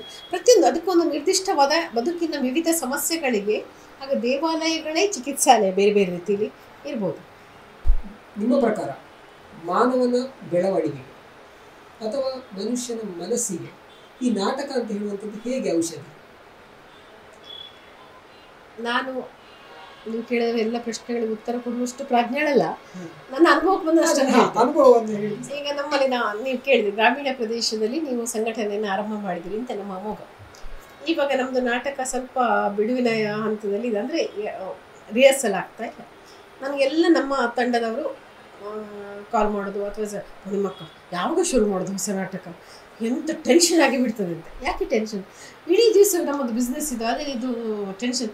ಒಮ್ಮೆ ನಾಟಕ ಶುರು ಮಾಡಿದ್ರೆ ಒಮ್ಮೆ ರಿಲ್ಯಾಕ್ಸ್ ಆಗ್ತದೆ ಅಂತ. ಇದಕ್ಕಿಂತ ದೊಡ್ಡ ಉತ್ತರ ಬೇಕಾಗಿಲ್ಲ. ಅಂದರೆ ಬದುಕಿನ ಎಲ್ಲ ದುಗುಡಗಳನ್ನು, ನೋವುಗಳನ್ನು, ಅಥವಾ ನಿಮ್ಮ ಏನು ಒತ್ತಡಗಳನ್ನು ಎಲ್ಲವನ್ನು ಜಾರಿಸಿಕೊಂಡು ನೀವಾಗಲಿಕ್ಕೆ ಅಥವಾ ಒಂದಷ್ಟು ಹಗುರಾಗಿ ಹೋಗಲಿಕ್ಕೆ ನಾಟಕ ಒಂದು ಸಾಧನೆ. ಯಾಕಂದರೆ ನೀವು ನಾಟಕದಲ್ಲಿ ಎರಡು ಮನಸ್ಸು ಇಟ್ಕೊಂಡು ಮಾಡ್ಲಿಕ್ಕೆ ಆಗೋದಿಲ್ಲ. ಬೇರೆ ಯಾವುದೆಲ್ಲಾದರೂ ಮಾತಾಡಿ. ಈಗ ನಾನು ಯಾವುದೊಂದು ಪುಸ್ತಕ ಓದ್ತಾ ಇರ್ತೀನಿ, ಅಕ್ಷರಗಳು ಅಥವಾ ಮನಸ್ಸೆಲ್ಲೋ ತಿರುಗ್ತಿರ್ಬೋದು. ಅದನ್ನು ನಾಟಕದಲ್ಲಿ ಹಾಗೆ ಮಾಡ್ಲಿಕ್ಕೆ ಆಗೋದಿಲ್ಲ. ನೀವು ಅಲ್ಲಿದ್ದರೆ ಮಾತ್ರ ನೀವು ಅದನ್ನು ಕೊಡ್ಲಿಕ್ಕೆ ಆಗ್ತದೆ. ನೀವು ಅಂದರೆ 100% ನಿಮ್ಮನ್ನು ನೀವು ಅಲ್ಲಿ ಕೊಡಬೇಕು. ಆ 100% ಕೊಡೋದಂದರೆ ಅದರ ಅರ್ಥ ಮನಸ್ಸಲ್ಲಿ ಉಳಿದೋದು ಎಲ್ಲವನ್ನು ಕೂಡ ಬಿಟ್ಟು ಕೊಟ್ಟ ಹಾಗೆ. ಅಲ್ಲಿಂದ ಹೊರಗೆ ಹೋಗುವ ನೀವು ಇಲ್ಲೇನು ಮಾತಾಡಿರ್ತೀವಿ, ಇದನ್ನು ತುಂಬಿಸ್ಕೊಂಡಿರ್ತೀವಿ ಇಲ್ಲಿಯ. ಮತ್ತು ನಾನು ವೈಯಕ್ತಿಕವಾಗಿ ಸಿರಿ ಪಾತ್ರವನ್ನು ಮಾಡ್ತೇನೆ.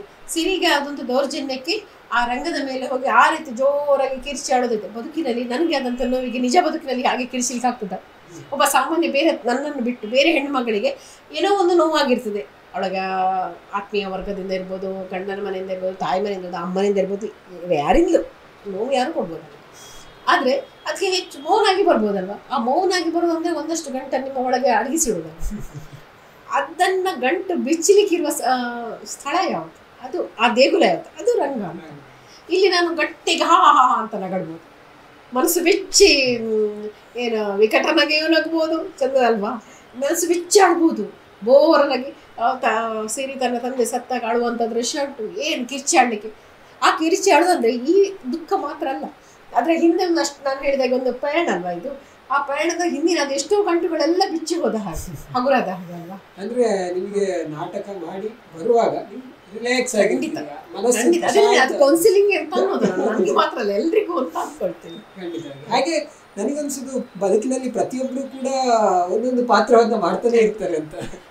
ಅದನ್ನ ಈಗ JP ಸರ್ ಅವರು ಯಾಕೆ ಇಷ್ಟು ಒಳ್ಳೆ ಒಂದು ಕಥೆಯನ್ನು ಕಟ್ಟಿಕೊಟ್ಟಿದ್ದಾರಂದರೆ, ನಾನು ಅಂದ್ಕೊಳ್ಳೋದು ಅವರು ಬದುಕಿನ ಸಿಕ್ಕಿದಂಥ ನಾಟಕದ ಎಲ್ಲ ಪಾತ್ರಧಾರಿಗಳನ್ನು ಸೂಕ್ಷ್ಮವಾಗಿ ಒಳಗಣ್ಣಿಯಿಂದ ನೋಡ್ತಾ ಇದ್ರು, ಮತ್ತು ಅವರ ಸಂವೇದನೆಯನ್ನು ಅವ್ರು ಗ್ರಹಿಸ್ತಿದ್ರು ಅಂತ. ಅದಕ್ಕೋಸ್ಕರ ಅವ್ರಿಗೆ ಈ ಥರ ಮಾಡಲಿಕ್ಕಾಯ್ತು. ಆ ನಾಜೂಕಿನ ಪಾತ್ರಗಳನ್ನು ನೋಡಿ, ಆ ಪಾತ್ರಗಳ ಸಣ್ಣ ಸಣ್ಣ ಕೆಲವು ವರ್ತನೆಗಳನ್ನು ನೋಡಿ. ಬರೀ ಪಾತ್ರಗಳು ಮಾತಾಡುವ ಮಾತಲ್ಲ, ಅದರ ನಂತರ ಆಚೀಚೆ ಇರ್ತಲ್ಲ ಆ ವರ್ತನೆಗಳು. ಈಗ ನನ್ನ ಪಾತ್ರವೇ ಇರ್ಬೋದು, ಆರಂಭದಲ್ಲಿ ಅವಳು ಅಳೋದಿರ್ಬೋದು, ಅದೇ ಒಂದು ಕಿಡಿ ಬಿದ್ದಾಗ ಹೊಡೆಯೋದಿರ್ಬೋದು. ಅದು ಬದುಕಿನಲ್ಲಿ ಅದನ್ನು ಕಟ್ಟಿ ಕೊಡಬೇಕಾದ್ರೆ ಯಾರು ಕಟ್ಟಿ ಕೊಡ್ತಾರಲ್ಲ ಅವರಿಗಂತ ಒಂದು ಸೂಕ್ಷ್ಮ ಮನಸ್ಸು ಇರಬೇಕು, ಅವ್ರು ಅದನ್ನು ನೋಡ್ತಾ ಇರಬೇಕು ಬದುಕಿನಲ್ಲಿ.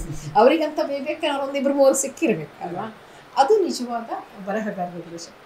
ಹಾಗೆ ಈ ಬೇಬಿ ಅಕ್ಕನ ಪಾತ್ರಕ್ಕೆ ನಿಮ್ಮ ತಯಾರಿ ಹೇಗಿತ್ತು ಅಂತ ಹೇಳಿದರೆ, ಯಾವ ರೀತಿ ನೀವು ತಯಾರಿಯನ್ನು ನಡೆಸಿದ್ರಿ ಆ ಪಾತ್ರಕ್ಕೆ?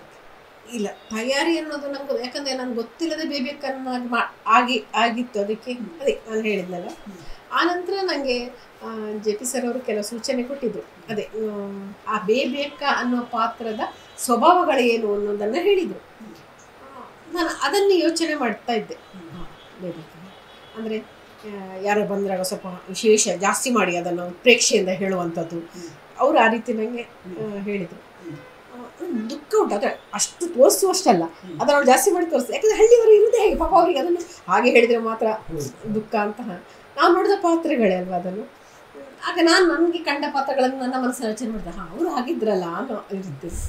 ಹಾಗೆ ಅಲ್ಲಿ ಶೂಟಿಂಗ್ ಸಮಯದಲ್ಲಿ ಮತ್ತೆ ನನಗೆ ಕೂಡಲೇ ಶೂಟಿಂಗ್ ಸಮಯ ಬಂತು. ಅಲ್ಲಿ ಅವರು ಹೇಳಿದ್ದು ನೆನಪಿತ್ತು. ಅವ್ರು ಏನು ಹೇಳಿದರು ಅದನ್ನು ನನ್ನೊಳಗೆ ತಗೊಳ್ಳಕ್ಕೆ ನೋಡ್ತಾ ಇದ್ದೆ. ಅದನ್ನು ಒಪ್ಪಿಸಿದ್ದೇನೆ ನಾನು. ಮತ್ತೆ ಆಗ ನನಗೆ ಬೇರೆ ಯೋಚನೆಗಳು ಅಥವಾ ಅದು ನನ್ನ ಮಿತಿಗಳು ಇರ್ಬೋದು, ಅಥವಾ ನಾನು ತೊಡಗಿಸಿಕೊಳ್ಳೋ ರೀತಿ ಇರ್ಬೋದು. ಇಲ್ಲಿ ಅಂತಲ್ಲ, ನಾಟಕದಲ್ಲಿ ಸಹ ನಾನು ಒಮ್ಮೆ ನಾಟಕದ ಹತ್ರ ಹೋದ ನನಗೆ ಬೇರೆ ಏನು ಯೋಚನೆ ಮಾಡ್ಲಿಕ್ಕೆ ಆಗೋದಿಲ್ಲ, ತಿನ್ಲಿಕ್ಕೆ ಹೋಗುದು, ಅದೇ ಒಂದು ಸರಿ ಹೇಳಬೇಕು ಅಂತ. ಅದು ನನ್ನನ್ನು ನಾನು ಅದಕ್ಕೆ ಜೋಡಿಸಿಕೊಳ್ಳುವಂತಹ ಅದು ಉದ್ದೇಶಪೂರ್ವಕ ಇಲ್ಲ, ಅದಾಗಿ ಆಗುವಂಥದ್ದು. ಅದು ಇನ್ನೊಂದು ಗಮನಿಸಿದಾಗೆ ನಾನು ಆ ಬೇಬಿ ಅಕ್ಕನ ಪಾತ್ರದಲ್ಲಿ ಬೇರೆ ಬೇರೆ ಭಾವನೆಗಳು ಒಳಗೊಂಡಿತ್ತು ಅಂತ. ಅಂದರೆ ಒಂದು ಕಡೆಯಲ್ಲಿ ಹೆದರಿಕೆಯೂ ಉಂಟು, ಆ ಅಂಜಿಕೆಯೂ ಉಂಟು, ಜೊತೆಗೆ ಅದರೊಟ್ಟಿಗೆ ಸ್ವಲ್ಪ ದುಃಖ. ಈ ಭಾವನೆಗಳಲ್ಲಿ ಒಂದು ಆಟ ಅಂತ ಹೇಳ್ಬೋದು, ಅಥವಾ ಹೇಗೆ ಅದು ಸಾಧ್ಯ? ಕಲಾವಿದರು ಮಾಡೋದೇ ಅದನ್ನಲ್ಲ, ರಂಗದಲ್ಲಿ ಬಂದು ಭಾವನೆಗಳ ಜೊತೆ ಆಟ ಆಡೋದೇ ಕಲಾವಿದಲ್ಲ. ಯಾಕಂತ ಹೇಳಿದ್ರೆ ನಿಮ್ಮ ಎಕ್ಸ್ಪ್ರೆಷನ್ ಎಸ್ಪೆಷಲಿ ಅದರಲ್ಲಿ ಆ ಒಂದು ತುಂಬ ನಾವು ಯಾಕಂತ ಹೇಳಿದ್ರೆ ತುಂಬ ಹಾಸ್ಯವನ್ನು ಮಾಡ್ಲಿಕ್ಕೆ ಆಗುದಿಲ್ಲ. ಆ ಹಾಸ್ಯದ ಇತಿಮಿತಿಯಲ್ಲಿ ಜೊತೆಗೆ ಸೀರಿಯಸ್ನೆಸ್ ಬೇಕಾಗ್ತದೆ ಅಷ್ಟೇ. ಅಲ್ಲಿ ಆ ಪಾತ್ರಕ್ಕೆ ಅಂಜಿಕೆ ಆಗಿರ್ಬೋದು. ಈ ರೀತಿ ನನ್ನ ಅಭಿನಯದಲ್ಲಿ ಅಲ್ಲಿ ಏನು ಪ್ರೇಕ್ಷಕರಿಗೆ ಕಂಡು ಬಂದಿದೆಯೋ ಅದು ನಾನು ಅನ್ನೋಕ್ಕಿಂತ ನನ್ನ ನಿರ್ದೇಶಕರು ಅವರು ನನಗೆ ಏನು ಹೇಳಿರ್ತಾರಲ್ಲ, ಹೀಗೆ ಬರಬೇಕಿದು, ಈ ರೀತಿ ಇರಬೇಕು ಅಂತ, ಅದರಲ್ಲಿ ಅವರು ಹೇಳಿದ ಅಷ್ಟು ಚೆಂದ ಬಂದಿದ್ದಿಲ್ಲ ನನಗೆ ಗೊತ್ತಿಲ್ಲ. ಅದರಲ್ಲಿ ಒಂದು 60% ಬಂದರೆ ಸಹ ನಾನೊಂದು ಪಾಸ್ ಅಂತ ನಾನು ಅಂದ್ಕೊಳ್ಳಿ. ಆದರೆ ಆ ಗುಣ ವಿಶೇಷಗಳು ಏನು ಹೇಳಿದ್ರಲ್ಲ, ನೀವು ಹೇಳಿದ ಭಯ, ಅವಳು ಎಂತ ಅಂಜು ನೋಡಿ ಪ್ರತಿಯೊಂದು ಕಡೆಯಲ್ಲಿ ಅವಳು ತಾಯಿ ನಿಜವಾಗಿ ಅವಳು ಎದುರು ಹೋಗ್ಬೇಕಲ್ಲ, ಮೊದಲು ಓಡೋದವಳು. ಅಶೋಕ ಅಂತ ಬಾಗಿಲು ತೆಗೆದಾಗ ಅವಳು ಮಗಳನ್ನ ದೂಡ್ಕೊಂಡು ಓಡಿ ಆಯ್ತಾರೆ. ಅಂದರೆ ಅದನ್ನು ಅವರು ನನಗೆ ಹೇಳಿರೋದು, ಅಂದರೆ ಅವಳ ಸ್ವಭಾವ ಯಾವ ರೀತಿ ಅಂತ. ಅವನು ಪೂಜೆ ಮಾಡೋ ಮೊದಲು ಓಡಿದವಳು, ಗಂಡ ಇಲ್ಲ ಮಗ ಇಲ್ಲ ಊರಿನವರೆಲ್ಲ ಆ ರೀತಿಯ ಹೆಣ್ಮಗಳು. ಇವನ್ ಅಂದ್ರೆ ಮನೆಯಲ್ಲಿ ಮಲಗಲಿಕ್ಕೆ ಆಗುದಿಲ್ಲ ಅಂತ ಫಸ್ಟ್ ಹೊರಗಡೆ ಹೋಗದೆ ಎಲ್ಲ ಕೊನೆಗೆ ನೋಡಿ ಅವನು ಹೊರಗೆ ಬರುವಾಗ ಇರ್ಬೋದು, ಯಾರೆಲ್ಲ ನೈಟ್ ಇಟ್ಕೊಂಡು ಮೇಲೆ ಓಡೋದೇ ಅವಳು. ಅಂದರೆ ಅವಳ ಸ್ವಭಾವ ಆ ರೀತಿ, ಆ ವ್ಯಕ್ತಿತ್ವವೇ ಆ ರೀತಿ ಇದೆ. ಭಯ ಅಂದರೆ ಆಕೆ ಪಾಪ ಅದನ್ನು ಮೀರಿ ನಾನು ಹೀಗಿರಬೇಕು ಅನ್ನುವಂತಹ ಮನಸ್ಸಿಗೆ ಶಿಕ್ಷಣವನ್ನು ಕೊಡುವಂಥ ಹೆಣ್ಮಗಳಲ್ಲ ಅವಳು. ಸಹಜವಾಗಿ ಬದುಕುದು, ಅವಳಿಗೆ ಹೆದರಿಕೊಂಡು ಓಡ್ತಾಳೆ ಅವಳು. ಅದೇ ನನ್ನ ಅಂದರೆ ಬೇಬಿ ಅಕ್ಕನ ಬಿಟ್ಟು ಪೂರ್ಣಿಮಾದ್ರೆ ಆಲೋಚನೆ ಮಾಡ್ತಿದ್ರೆ ಏನೋ ಓಡಿದ್ರಿಂದ ಏನೋ ಎಣಿಸ್ತಾರೆ, ನಾನು ಅಮ್ಮ ಅಲ್ಲ ಇಲ್ಲಿ ನಿಲ್ಬೇಕು. ಅವಳು ಪಾಪ ಅದೆಲ್ಲ ಗೊತ್ತಿಲ್ಲ.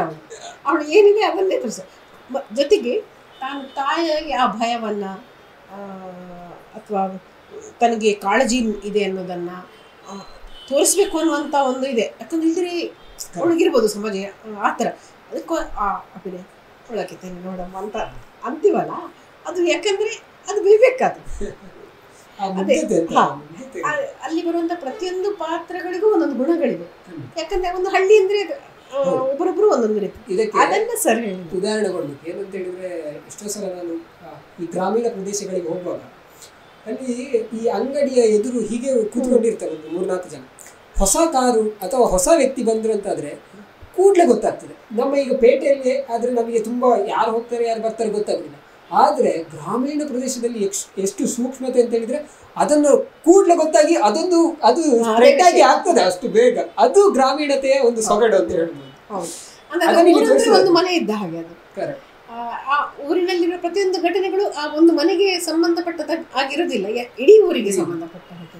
ಇವರ ಮನೆಗೆ ಬಂದ ಸಮಸ್ಯೆ ಕೇವಲ ಇವರ ಮನೆಗೆ ಮಾತ್ರ ಅಲ್ಲ. ಈಗ ಹಾಗೆ ಫ್ಲಾಟ್ ಸಂಸ್ಕೃತಿ ಎಲ್ಲ ಇದು ಇಡೀ ಊರು ಒಂದು ಅವಿಭಕ್ತ ಕುಟುಂಬ ಇದ್ದ, ಎಲ್ಲರ ಸಮಸ್ಯೆ ಎಲ್ರಿಗೂ ಬಹುಶಃ ಈ ಹಳ್ಳಿಯ ಸೊಗಡತೆ ಅಥವಾ ಹಳ್ಳಿಯ ಸೊಗಸನ್ನ ಹೇಳಿದ ಕಾರಣ ಈ ಸಿನಿಮಾ ನಿಜವಾಗ್ಲೂ ಗೆದ್ದಿದೆ ಅಂತ. ಯಾಕಂದ್ರೆ ಹಾಗೆ ಬದುಕ್ತಿದ್ದೇವಲ್ಲ ನಾವು, ಆ ರೀತಿಯಾಗಿ ನಮ್ಮ ಬಾಲ್ಯಗಳೆಲ್ಲ ಹಾಗೆ ಇದ್ದೇವೆ ನಾವು. ನಿಮಗೆ ಹಾಗಾದ್ರೆ ಏನು ಇದು ಅಂದ್ರೆ ಇದನ್ನ ನೋಡಿಯೇ ಬೆಳೆದ ಕಾರಣ ಇದು ಇನ್ನೂ ಸಹಾಯ ಆಯ್ತು ನಿಮಗೆ. ಹಾಗೆ ಇಲ್ಲಿ ರಾಜ್ಬಿ ಶೆಟ್ಟಿ ಅವರು ಯಾವ ತರ ಅಂದ್ರೆ ಈಗ ಸೆಟ್ ಅಲ್ಲಿ ಬಂದಾಗ ಯಾವ ತರ ಇರ್ತಿತ್ತು ಅಂದ್ರೆ ಅವರ ಪಾತ್ರ, ಅವ್ರೇನಾದ್ರು ಹೇಳ್ತಾ ಇದ್ರ ಅಥವಾ ಹೇಗೆ? ಇದ್ರ ಬಗ್ಗೆ ಎಲ್ಲ ನಾನು ಹೇಳುವಷ್ಟು ಇದಿಲ್ಲ, ಆದರೆ ನಿರ್ದೇಶಕರು ಅವರ ಕೆಲಸವನ್ನು ಅವರೇ ಮಾಡ್ತಾ ಇದ್ರು ಅಂತ ನಂಗೆ ಅನಿಸಿತ್ತು. ಮತ್ತು ನಾನು ಬದುಕಿನಲ್ಲಿ ಕಂಡ ಒಂದು ವಿಶಿಷ್ಟ ಪಾತ್ರ ಮತ್ತು ವ್ಯಕ್ತಿತ್ವ ಅಂದರೆ ರಾಜ್ ಶೆಟ್ಟಿ ಅವ್ರದ್ದು. ಅಷ್ಟು ಸರಳವಾಗಿ ನಾನು ಅದನ್ನೇ ಎಲ್ಲರ ಹತ್ರ ಹೇಳೋದಿತ್ತು.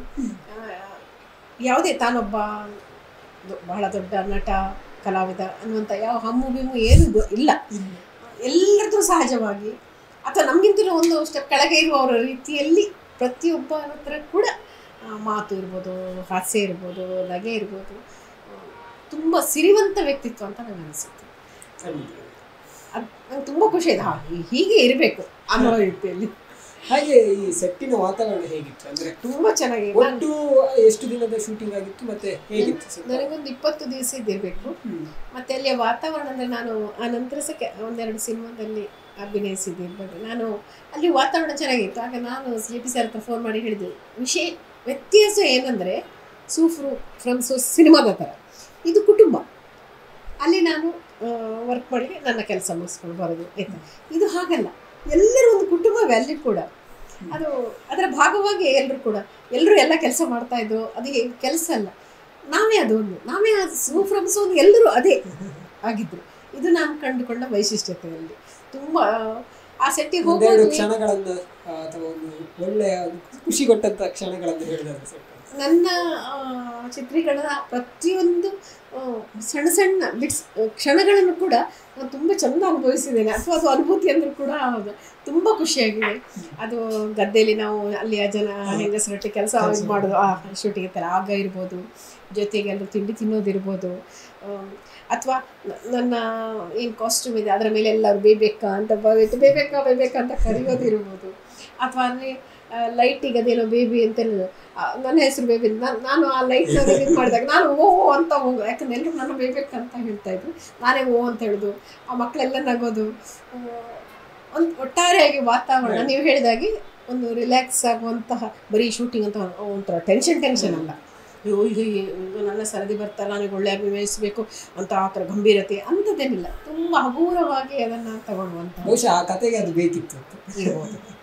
ಅಥವಾ ಅಂಥ ವಾತಾವರಣ ಅವರೆಲ್ಲ ಸರಿ ನಿರ್ಮಾಣ ಮಾಡಿದ್ರು. ಎಲ್ಲರೂ ಕೂಡ ಸಲಿಗೆಯಲ್ಲಿದ್ದರು, ಒಟ್ಟಿಗೆ ಒಬ್ಬರು ಆ ಥರ. ಹಾಗೆ ಈ ಕತೆಗೆ ಪ್ರತಿಯೊಂದು ಸಿನಿಮಾ ಶೂಟಿಂಗ್ ಆಗಬೇಕು ಅಂತಂದರೆ ಆ ಊರಿನವರ ಸಹಕಾರ ಅತ್ಯಂತ ಮುಖ್ಯವಾಗುತ್ತೆ. ಅವ್ರು ಎಷ್ಟು ಸಹಕಾರ ಕೊಡ್ತಾರೆ ಅಂತ ಹೇಳೋದ್ರ ಮೇಲೆ ಎಲ್ಲವೂ ಡಿಪೆಂಡ್ ಆಗ್ತದೆ. ಸೊ ಹೇಗಿತ್ತು ಅಲ್ಲಿ ಊರಿನವರ ಸಪೋರ್ಟ್ ಆಗಿರ್ಬೋದು, ಅಲ್ಲಿ ಶೂಟಿಂಗ್ ಮಾಡಿದ ಮನೆಯ ಸಪೋರ್ಟ್ ಆಗಿರ್ಬೋದು? ಅವರು ಮನೆಯವರೆಲ್ಲ ಅವರು ನಮ್ಮದೇ ಒಂದು ಜೊತೆಗಾರರಾಗಿದ್ದರು. ಎಷ್ಟೊಂದು ನನಗಂತೂ ನಾನು ಅಲ್ಲಿ ಶೂಟಿಂಗ್ ಮುಗಿಸಿ ಬರುವಾಗ ಮನೆಯವರ ಹತ್ರ ಅಮ್ಮ ಇದರಲ್ಲಿ ಅವ್ರ ಹತ್ರ ಹೇಳಿದ್ರು, ಅವರು ಒಂದು ಅಲ್ಲಿ ಹಿಂದುಗಡೆ ದನದ ಹಟ್ಟಿ ಅವ್ರದ್ದು, ಅದರ ಒಂದು ಮೂಲೆಯಲ್ಲಿ ಹೋಗಿ ಅಳ್ತಾ ಕೂತಿಯಾರು, ಹೀಗೆ ನೆಲದಲ್ಲಿ ಕೂತ್ಕೊಂಡು. ಅದು ನಾವೆಲ್ಲ ಹೋಗ್ತೀವಿ ಅಂತ. ನಿಜವಾಗಿ ಈ ನಾನು ಕಂಡ್ಕೊಂಡ ಹಾಗೆ ಈ ಚಿತ್ರೀಕರಣದವರು ಸಿನಿಮಾ ಚಿತ್ರೀಕರಣ ಇದಕ್ಕೆಲ್ಲ ಮನೆಗೆ ಬರ್ತಾರೆ, ಆ ಮನೆಯವ್ರಿಗೆ ಸಾಕಾಗಿ ಒಮ್ಮೆ ಇವರು ಹೋದರೆ ಸಾಕು ಅಂತ. ಇಲ್ಲಿ ಅದಕ್ಕೆ ಭಿನ್ನವಾದಂತಹ ಒಂದು ವಾತಾವರಣವನ್ನು ನೋಡಿದೆ. ಮನೆಯ ಅವರೇನು 4-5 ಜನ ಗಂಡು ಮಕ್ಕಳಂತೆ ಅವರ ಅಮ್ಮನಿಗೆ, ಎಲ್ಲ ಸೊಸೆಂದಿರ್ಬೋದು, ಅವ್ರ ಆಸಕ್ತಿ. ಪಾಪ ಅವ್ರು ಒಂದು ರೂಮಲ್ಲಿ ತಮ್ಮ ಮನೆಯಲ್ಲಿ ಅಡ್ಜಸ್ಟ್ ಮಾಡಿರ್ತಿದ್ರು, ಪ್ರತಿಯೊಬ್ಬರನ್ನ ಪ್ರೀತಿಯಿಂದ ಕಾಣ್ತಿದ್ರು. ಹಾಗೆ ಇಲ್ಲಿದ್ದವರು ಕೂಡ ಅವರನ್ನು ಅಷ್ಟೇ ಪ್ರೀತಿಯಿಂದ ನೋಡುತ್ತಾ ಇದ್ರು. ಹಾಗೆ ನಮ್ಮ ಪ್ರೀಮಿಯರ್ ಶೋಗೆ ಕೂಡ ಆ ಮನೆಯವರೆಲ್ಲ ಬಂದಿದ್ರು. ಊರಿನವರು ಕೂಡ ಸಪೋರ್ಟ್. ಊರಿನವರಂದ್ರಲ್ಲಿ ಮನೆಗಳು ದೂರ ಇತ್ತು, ಹತ್ರ. ನನ್ನ ಶೂಟಿಂಗು ಕಕ್ಕೆ ಪದವು ಅನ್ನುವಲ್ಲೇ ಆಗಿತ್ತು. ಮತ್ತು ಉಳಿದ ಸ್ವಲ್ಪ ನಾರಾವಿ, ವೇಳೂರು ಈ ಕಡೆ ಎಲ್ಲ ಆಗಿದೆ. ಆದರೆ ನನ್ನೆಲ್ಲ ಹೆಚ್ಚಿನ ಇಲ್ಲೇ ಆಗಿದೆ. ಒಂದು ದಿನ ಏನು ಮಾತ್ರ ಬೇರೆ ಕಡೆ ಇತ್ತು ಅಷ್ಟೇ. ಮನೆಗಳು ಹತ್ರ ಇರಲಿಲ್ಲ, ಆದರೆ ದೂರ ಮನೆಗಳು. ಹಾಗೆ ನಾವು ಅಲ್ಲಿ ಬೇರೆ ಮನೆಗಳ ಹತ್ರ ಎಲ್ಲ ಹೋಗ್ತಿರಲಿಲ್ಲ, ಯಾಕಂದರೆ ಕಾಣಿಸುವಷ್ಟು ಹತ್ತಿರ ಇರಲಿಲ್ಲ, ಒಂದು ಭಾಳ ಅಂತರದಲ್ಲಿ.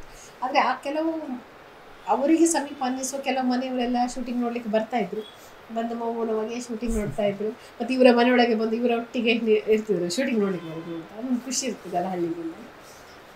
ಅದೊಂದು ಚಂದದ ಜಗತ್ತು ಅಥವಾ ಅನುಭವ ಅಂತ. ನಿಮ್ಮ ಪ್ರಕಾರ ಸೂ ಫ್ರಮ್ ಸೋ ನೋಡಿದಾಗ ನೀವು ಗಮನಿಸಿದ ಹಾಗೆ 5 ಸೂಕ್ಷ್ಮ ವಿಚಾರಗಳನ್ನು ಹೇಳ್ಬೋದು ಅಂತ ಹೇಳಿದರೆ ಅದು ಪಾಠವೂ ಆಗಿರ್ಬೋದು ಅಥವಾ ನಾವು ಕಲಿಯಬೇಕಾದಂತಹ ವಿಷಯಗಳು ಕೂಡ ಆಗಿರ್ಬೋದು. ಯಾವುದರಿಂದ 5 ವಿಷಯ? ಮೊದಲಿಂದಾಗಿ ಒಬ್ಬ ಹೆಣ್ಣಾಗಿ ಹೆಣ್ಣಿನ ಭಾವನೆಗಳನ್ನು ಸಂವೇದನೆ ಅರ್ಥ ಮಾಡಿ ಬಾನು ಅಂತವ್ರು ಎಷ್ಟು ಜನ ಇರ್ತೇವೆ. ನಾವು ಈಗಲೂ ನಾವು ಹೆಣ್ಮಕ್ಳು ಬರಿತೀವಿ ಫೇಸ್ಬುಕ್ಕಲ್ಲಿ, ಇವತ್ತು ನಾವು ಬಾನುವನ್ನು ನೋಡಿದ್ದೇವೆ ಅಂತ. ಅವರ ಮನೆಯಿಂದ ಅಂಥ ಘಟನೆಗಳಿರ್ತವೆ. ಅವರ ತಂದೆಯೋ ಅಣ್ಣನೋ ಅಂತ ಹಾಗೆ ಮಾಡಿರ್ತಾರೆ, ನಮ್ಗೆ ಗೊತ್ತಿರೋದಿಲ್ಲ. ನಾನು ಕೂಡ ಅಂದರೆ ಪ್ರತ್ಯಕ್ಷದರ್ಶಿಯಾಗಿ ಹಾಗೆ ಇರಲಿಲ್ಲ. ನಾನು ಕೂಡ ಇಂತಹ ಕೆಲವುದನ್ನು ಗಮನಿಸಿದೆ ನನ್ನ ಬಾಲ್ಯದಲ್ಲಿ. ಆಶ್ಚರ್ಯ ಆಗಿತ್ತು. ಅಥವಾ ಹೇಳಿದ ಘಟನೆಗಳನ್ನು ಕೇಳಿದ್ದೇನೆ. ನನ್ನ ದಿವಸ ಕೆಲವು ಬಾನು ಅವರು ಮನಸ್ಸು ತೆರೆದಿರ್ಬೋದು, ಅಥವಾ ಯಾವುದೋ ಒಂದು ಹಂತದಲ್ಲಿ ಪ್ರತಿಯೊಂದು ಹೆಣ್ಣಿಗೂ ತಾನು ಬಾನು ಆದಂಥ ನಿದರ್ಶನ ಸಿಕ್ಕಿರ್ತದೆ. ಅವಳು ಬಾಯ್ಬಿಟ್ಟು ಹೇಳಿರೋದಿಲ್ಲ ಅಷ್ಟೇ. ಯಾಕಂತ ಹೇಳಿದರೆ ಪುರುಷ ವರ್ಗದಲ್ಲಿ ಬಹಳಷ್ಟು ಜನ ಹಾಕಿರ್ತಾರೆ. ಆದರೆ ಅದೇ ಸಮಾಜ ಅಲ್ಲ. ಅಲ್ಲೇ ಅಶೋಕನಂತಹ ಗಂಡಿನ ರೂಪದಲ್ಲಿ ತಾಯಿಯನ್ನು ಹೊತ್ತಿರುವಂಥ ಮನಸ್ಸಿನವರು ಕೂಡ ಸಮಯಕ್ಕೆ ತಕ್ಕ ಹಾಗೆ ನಮಗೆ ಸಿಗ್ತಾರೆ. ಎರಡು ಕೂಡ ಸತ್ಯ. ಯಾಕಂದರೆ ಒಂದು ಸಮಾಜ ಪರಿಪೂರ್ಣ ಆಗಬೇಕಾದ್ರೆ ಗಂಡು ಹೆಣ್ಣು ಎರಡು ಇದ್ದಾಗಲೇ ಅವರು ಕೂಡ ಇದ್ದಾರೆ. ತಾಯಿಯ ಮನಸ್ಸನ್ನು ಹೊತ್ತಂಥ ಗಂಡು ಮಕ್ಕಳು ಬೇಕಾದಷ್ಟು ಜನ ಇದ್ದಾರೆ. ಆದರೆ ಅವರನ್ನು ಯಾಕಂದರೆ ದೌರ್ಜನ್ಯಗಳು ನಮಗೆ ಸಂತೋಷ ಹೆಚ್ಚು ಕ್ಷಣ ಉಳಿಯೋದಿಲ್ಲ, ಆದರೆ ದುಃಖದ ನೆನಪು ನೋವುಗಳು ಕಾಡ್ತಿರ್ತಾರಲ್ಲ. ಹಾಗೆ ಇಂತಹ ಕೆಲವು ಗಂಡಸರು ಕೊಡುವಂಥ ನೋವು ಹೆಣ್ಣು ಮಕ್ಕಳಿಗೆ ಅದು ಜೀವನ ಪೂರ್ತಿ ಮರೀಲಿಕ್ಕಾಗೋದಿಲ್ಲ. ಅದರ ಬಗ್ಗೆ ಒಂದು ಜಾಗೃತಿಯನ್ನು ಉಂಟು ಮಾಡುವ ಸಿನಿಮಾ ನಮ್ಮದು ಅಂತ ನನಗೆ ಗೊತ್ತಾಗೋದಿಲ್ಲ. ಅದೇನೋ ನಾವೇನೋ ದೊಡ್ಡ ಸಂದೇಶ ಕೊಡ್ತೀವಿ ಅನ್ನೋ ರೀತಿ ಬರಲಿಲ್ಲ. ನೋಡಿ ಎಷ್ಟು ಸೂಕ್ಷ್ಮವಾಗಿ ಅದನ್ನು ತಗೊಂಡು ಸಹಜವಾಗಿ ಬಂದಿದೆ. ಅದು ದೊಡ್ಡ ನನಗೆ ಒಬ್ಬ ಪ್ರೇಕ್ಷಕಳಾಗಿ ಕೂತಾಗ ನನಗೆ ಅನಿಸಿರ್ಬೋದು. ಬೇರೆ ಏನನ್ನು ಗಮನಿಸಿದೆ? ಚಿಕ್ಕ ಒಂದು ಒಂದು ನಮ್ಮ ಭಾರತ ದೇಶ ಹಳ್ಳಿಗಳಿಂದ ಆದ ದೇಶ ಅಂತ ಹೇಳ್ತಾರೆ. ಹಳ್ಳಿಗಳೇ ಇಲ್ಲಿ ಇದು ಪ್ರಧಾನ ಏನು ನಾಡಿ, ಜೀವನಾಡಿ. ಆದರೆ ಒಂದು ಹಳ್ಳಿ ಹೇಗಿರುತ್ತೆ ಅಂತ ಹೇಳಿದರೆ ನಮ್ಮಲ್ಲಿ ತೋರಿಸಿದ ಹಳ್ಳಿಯೇ ಭಾರತ ದೇಶದ ಹಳ್ಳಿ. ಈಗ ನಾವು ಪಂಚಾಯತ್ ವೆಬ್ ಸೀರೀಸ್ ನೋಡ್ತೀವಿ ನೋಡಿ, ಅದೇ ರೀತಿಯಲ್ಲಿ ಭಾಷೆ ಬೇರೆ ಇರ್ಬೋದು. ನೀವು ಹೇಳಿದಾಗೆ ಕಲೆಗೆ ಭಾಷೆ ಹಂಗಿಲ್ಲ. ಆ ರೀತಿಯಲ್ಲಿ ಯಾಕೆ ಈಗ ಅದೇನ ಇವತ್ತೊಬ್ಬರು ಮಲಯಾಳಂ ಪ್ರೇಕ್ಷಕರು ಫೋನ್ ಮಾಡಿದ್ರು ಅಂತ ಹೇಳಿದ್ನು. ಅವ್ರಿಗೆ ಅದು ಯಾಕೆ ತಾಗ್ತದೆ? ಕನ್ನಡದ ನುಡಿ ಇರ್ಬೋದು, ಅದನ್ನು ಬದಲಾಯಿಸಿ ಅಲ್ಲಿಗೆ ಮಲಯಾಳಂ ಭಾಷೆಯ ನುಡಿ ಸೇರಿಸಿದಾಗ ಅಲ್ಲಿ ಸಿಗುವಂತಹ ಭಾವ ಸಂವೇದನೆ ಅದೇ. ಯಾಕಂದರೆ ಅಲ್ಲಿಯೂ ಒಂದು ಹಳ್ಳಿ ಇರುತ್ತೆ, ಅಲ್ಲಿಯೂ ಜನರು ಸ್ವಭಾವಗಳು ಎಲ್ಲ ಕಡೆ ಒಂದೇ, ಆಡೋ ಮಾತು ಬೇರೆ ಇರುತ್ತೆ. ಅದರಿಂದಾಗಿ ಅಂತಹ ಒಂದು ಚಂದದ ಯಾವುದೇ ಮುಖ್ಯವಾದ ಇನ್ನೊಂದು ಅಂಶ ಅಂದರೆ ಹೊಡಿ ಬಡಿ ಅನ್ನುವಂಥ ಸಂಸ್ಕೃತಿ ಬಿಟ್ಟು ಒಂದು ಚಂದವಾಗಿ ಹೇಗೆ ಕಟ್ಕೊಳ್ಬೋದು, ಹಾಸ್ಯ, ಒಂದು ಚಂದದ ಹಾಸ್ಯವನ್ನು ಹೇಗೆ ನಿರ್ಮಾಣ ಮಾಡ್ಬೋದು. ಯಾಕಂದರೆ ಇದು ಬದುಕಿನಲ್ಲಿ ನಡೆಯುವಂತಹ ಹಾಸ್ಯಗಳು ಏನಿರ್ಬೋದು. ಆ ಅಂಗಡಿಯವರು ಹೇಳ್ಬೋದು, ಅದು ಹೆಂಡತಿ ಬಗ್ಗೆ ಹೇಳೋದಿರ್ಬೋದು, ನೀವು ನೋಡ್ಕೊಳ್ತೀವಿ. ಅದು ಅಲ್ಲಿ ಎಲ್ಲಿ ಸಮೇತ ನಿಮಗೆ ಒಂದು ಅವಾಚ್ಯ ಶಬ್ದಗಳಿರ್ಬೋದು ಅಥವಾ ಏನೋ ಡಬಲ್ ಮೀನಿಂಗ್ ಅಂತ ಅನಿಸುತ್ತೆ. ಎಲ್ಲ ರೀತಿಯ ನೋಡಿ ಇಡೀ ಸಿನಿಮಾದಲ್ಲಿ ಸಹಜವಾಗಿ ಬರುವಂಥದ್ದು. ಹಾಗೆ ಸಹಜವಾಗಿ ತಗೊಂಡು ಹೋಗುವಾಗ ಕೂಡ ಥಿಯೇಟ್ರಲ್ಲಿ ನೋಡುವಂಥ ಪ್ರತಿಯೊಬ್ಬ ಪ್ರೇಕ್ಷಕರನ್ನು ಕೂಡ ನಗಿಸ್ಬೋದು ಅನ್ನೋದನ್ನು ತೋರಿಸಿಕೊಟ್ಟ ಸಿನಿಮಾ. ಖಂಡಿತವಾಗಿ ತುಂಬ ಒಳ್ಳೆಯ ವಿಚಾರವನ್ನು ಹೇಳಿದ್ರು. ಅದರಲ್ಲಿರುವಂತಹ ಪ್ರತಿಯೊಂದು ಪಾತ್ರಗಳು ಅಷ್ಟೇ ಆ ಒಂದು ಹಾಸ್ಯವನ್ನು ಇಟ್ಕೊಂಡು ಅದರ ಜೊತೆಗೆ ಒಂದು ಸಂದೇಶವನ್ನು, ಯಾವ ಪಾತ್ರಗಳು ಹಾಸ್ಯವನ್ನು ಕೊಡಬೇಕು ಅಂತ ಹಾಸ್ಯ ಮಾಡೋದಿಲ್ಲ, ಅಲ್ಲಿ ಸಹಜವಾಗಿ ಮಾತಾಡುವಂಥದ್ದು, ಸಹಜವಾಗಿ ಇರುವಂಥದ್ದು. ಆಗ ಅಲ್ಲಿ ಪ್ರೇಕ್ಷಕನಿಗೆ ಸಿಗ್ತದೆ ಹಾಸ್ಯ. ಇನ್ನೊಂದು ಇದು ಇಂತಹ ಪಾತ್ರಗಳನ್ನು ನಾವು ದಕ್ಷಿಣ ಕನ್ನಡದಲ್ಲಿ ತುಂಬಾ ಜನ ನೋಡಿರ್ತೇವೆ. ಊರಿನಲ್ಲಂತೂ ಸಿಕ್ಕಾಪಟ್ಟೆ. ಈಗ ಊರಿನಲ್ಲಿ ಗೂಡಂಗಡಿ ಇರ್ಬೇಕು, ಪ್ರತಿಯೊಂದು ಊರಲ್ಲಿ ಒಂದು ಗೂಡಂಗಡಿ ಇರ್ತದೆ, ಅಲ್ಲಿ ಒಂದಿಷ್ಟು ಕಥೆಗಳು ನಡೀತಾ ಇರ್ತದೆ. ಈಗ ಮತ್ತೆ ಎಲ್ಲ ಊರಿನ ಎಲ್ಲಾ ವಿಷಯಗಳ ಚರ್ಚೆ ಆಗುದಂತಹ ಗೂಡಂಗಡಿಯಲ್ಲಿ ಅಲ್ಲಿ ಈಗ ಯಾಕಂದ್ರೆ ಎಲ್ಲರೂ ಬರುದು ಅಂತ ಅದೊಂದು ಒಂದು ಇಡೀ ಅಲ್ಲಿ ಏನಂತ ಹೇಳಿದ್ರೆ ಜಗತ್ತಿನಿಂದ ಹಿಡಿದು ಊರಿನ ಎಲ್ಲಾ ವಿಷಯಗಳು ಕೂಡ ಬಂದು ಹೋಗ್ತದೆ ಅಂತ ಹೇಳ್ಬೋದು. ಹಾಗಾಗಿ ಒಂದು ಗೂಡಂಗಡಿ ಕೂಡ ಒಂದು ಕಲಿಯುವಂತ ಹಾಗೆ ಆ ಕುಡುಕರ ಈಗ ಸತೀಶ ಪಾತ್ರ ಇರ್ಬೋದು. ನನಗೆ ನಮ್ಮ ಮನೆ ಹತ್ರ ಒಬ್ರು ಇದ್ರು, ಅದೇ ರೀತಿಯಲ್ಲಿ ಆ ಮಾತಾಡೋದಿರ್ಬೋದು, ಆ ದೇಹ ಭಾಷೆ ಇರ್ಬೋದು, ಮಾತುಗಳು ಅದು ವೀಕ್ಷಕರಿಗೆ ನಗೆ ತರ್ತದೆ. ಅದು ಅಂಥ ಪಾತ್ರಗಳು ನಾವು ಕೆಲವು ಮಾತುಗಳು ಕೇಳಿದೆ ಜಾಸ್ತಿ ಆಯಿತು. ಆದರೆ ಅದು ಸಹಜವಾಗಿ ನಮ್ಮ ಊರುಗಳಲ್ಲಿ ಹಳ್ಳಿಗಳಲ್ಲಿ ಕುಡಿದಾಗ ಆಗುವಂತಹ ಅವರ ನಡವಳಿಕೆಗಳು ತೋರಿಸಿಲ್ಲ. ಹೌದು ನೋಡಿ ಅಂತ ಅಲ್ಲಿ ಒಂದು ನೀವು ಅದು ತೋರಿಸಿರೋದು ತಪ್ಪು ಅಂತ ಕೆಲವು ಹೇಳ್ತಾರೆ. ಅದು ತೋರಿಸಿರೋದಲ್ಲ, ನಾವು ಅಲ್ಲಿ ತೋರಿಸಿರೋದು. ಯಾಕಂದರೆ ಅದರಿಂದ ಆಗುವ ಆ ಒಂದು ಹೊಸದಾಗಿ ಮದುವೆಯಾಗಿ ಬಂದ ಹೆಣ್ಮಗಳಿದ್ದಾಳೆ, ಅವಳಿಗೊಂದು ಎಷ್ಟು ಕಿರಿಕಿರಿ ಅನಿಸುತ್ತೆ ನೋಡಿ, ಅದನ್ನು ತಗೊಂಡು ಹೋಗಿ ಅಂತ ಹೇಳ್ತಾವಲ್ಲ. ಅಂದರೆ ಹೊಸ ಮನೆಗೆ ಹೊಸ ಏನೋ ಬಂದಿರ್ತೇವೆ, ಆಡೋ ಹಾಗಿಲ್ಲ ಬಿಡೋ ಹಾಗಿಲ್ಲ ಆಗ್ತಿರ್ತದಲ್ವ.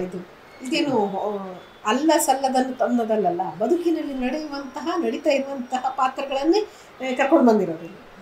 ಇದೆಲ್ಲವೂ ನಮಗೆ ಜಾಗೃತಿ ಕೊಟ್ಟ ವಿಷಯ ಅಂತೇಳಿ ನಾವು ತಗೊಳ್ಬೇಕು ಹೊರತು ಅದು ತೋರಿಸಿದ ತಪ್ಪಲ್ಲ. ತೋರಿಸಿದ್ರಿಂದ ಅಲ್ಲಿ ಏನೆಲ್ಲ ಪರಿಣಾಮ ಆಗ್ತದೆ ಅಂತ ಕೂಡ ಇದೆಯಲ್ಲ.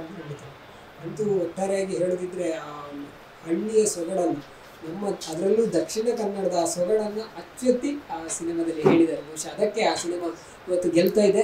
ಹಾಗೆ ಬೇರೆ ಬೇರೆ ಭಾಷೆಗಳಲ್ಲಿ ಮಲಯಾಳಮಲ್ಲಿ ಕೂಡ, ಮಲಯಾಳಂ, ತೆಲುಗು ಎಲ್ಲದರಲ್ಲೂ ಬರ್ಲಿಕ್ಕಿದೆ. ಬಹುಶಃ ಅಲ್ಲೂ ಕೂಡ ಈ ನಮ್ಮ ಹಳ್ಳಿಯ ಸೊಗಡು, ಎಲ್ಲೆಲ್ಲ ಹಳ್ಳಿಗಳಿದೆ ಅಲ್ಲಿ ಎಲ್ಲ ಪ್ರೇಕ್ಷಕರು ಇಷ್ಟಪಡ್ತಾರೆ ಅಂದ್ಕೊಳ್ತೀನಿ. ಖಂಡಿತವಾಗಿ. ಸೊ ಹಾಗೆ ಇನ್ನೊಂದು ವಿಚಾರಕ್ಕೆ ಬರೋದಾದ್ರೆ, ನಿಮ್ಮ ಸಾಹಿತ್ಯದ ಬಗ್ಗೆ ಎಷ್ಟು ಪುಸ್ತಕವನ್ನು ಬರೆದಿದ್ದೀರಿ ನೀವು, ಮತ್ತು ಈ ಸಾಹಿತ್ಯಕ್ಕೆ ಹೇಗೆ ನೀವು ಅಂದರೆ ಒಂದು ಬರವಣಿಗೆಯನ್ನು ಹೇಗೆ ಪ್ರಾರಂಭ ಮಾಡಬೇಕು ಅಂತ ಯಾಕೆ ಅನ್ನಿಸಿತು? ಇದು ಕಲೆ ಮತ್ತು ಇದು ಎರಡು ಒಂದೇ. ನಾನು ಬರಹ ಕೂಡ ಒಂದು ಕಲೆ ಅಂತ ಅಂದ್ಕೊಂಡೆ. ಯಾವಾಗ ನೀವು ಅದೇ ನಾನೀಗ ತುಮಿನಾಡ್ ಸರ್ ಬಗ್ಗೆ ಹೇಳಿದೆ, ಯಾವಾಗ ನೀವು ಬದುಕನ್ನು ಸೂಕ್ಷ್ಮವಾಗಿ ನೋಡಲಿಕ್ಕೆ ನಿಮಗೆ ಆ ದೃಷ್ಟಿ ಸಿಕ್ಕದೋ ಅದು ಎಲ್ಲವೂ ಕಲೆ ಅಂತ. ಕೆಲವರು ಅದನ್ನು ಅಕ್ಷರಕ್ಕೆ ಇಳಿಸ್ಬೋದು. ಮತ್ತು ಅನುಭವಗಳು.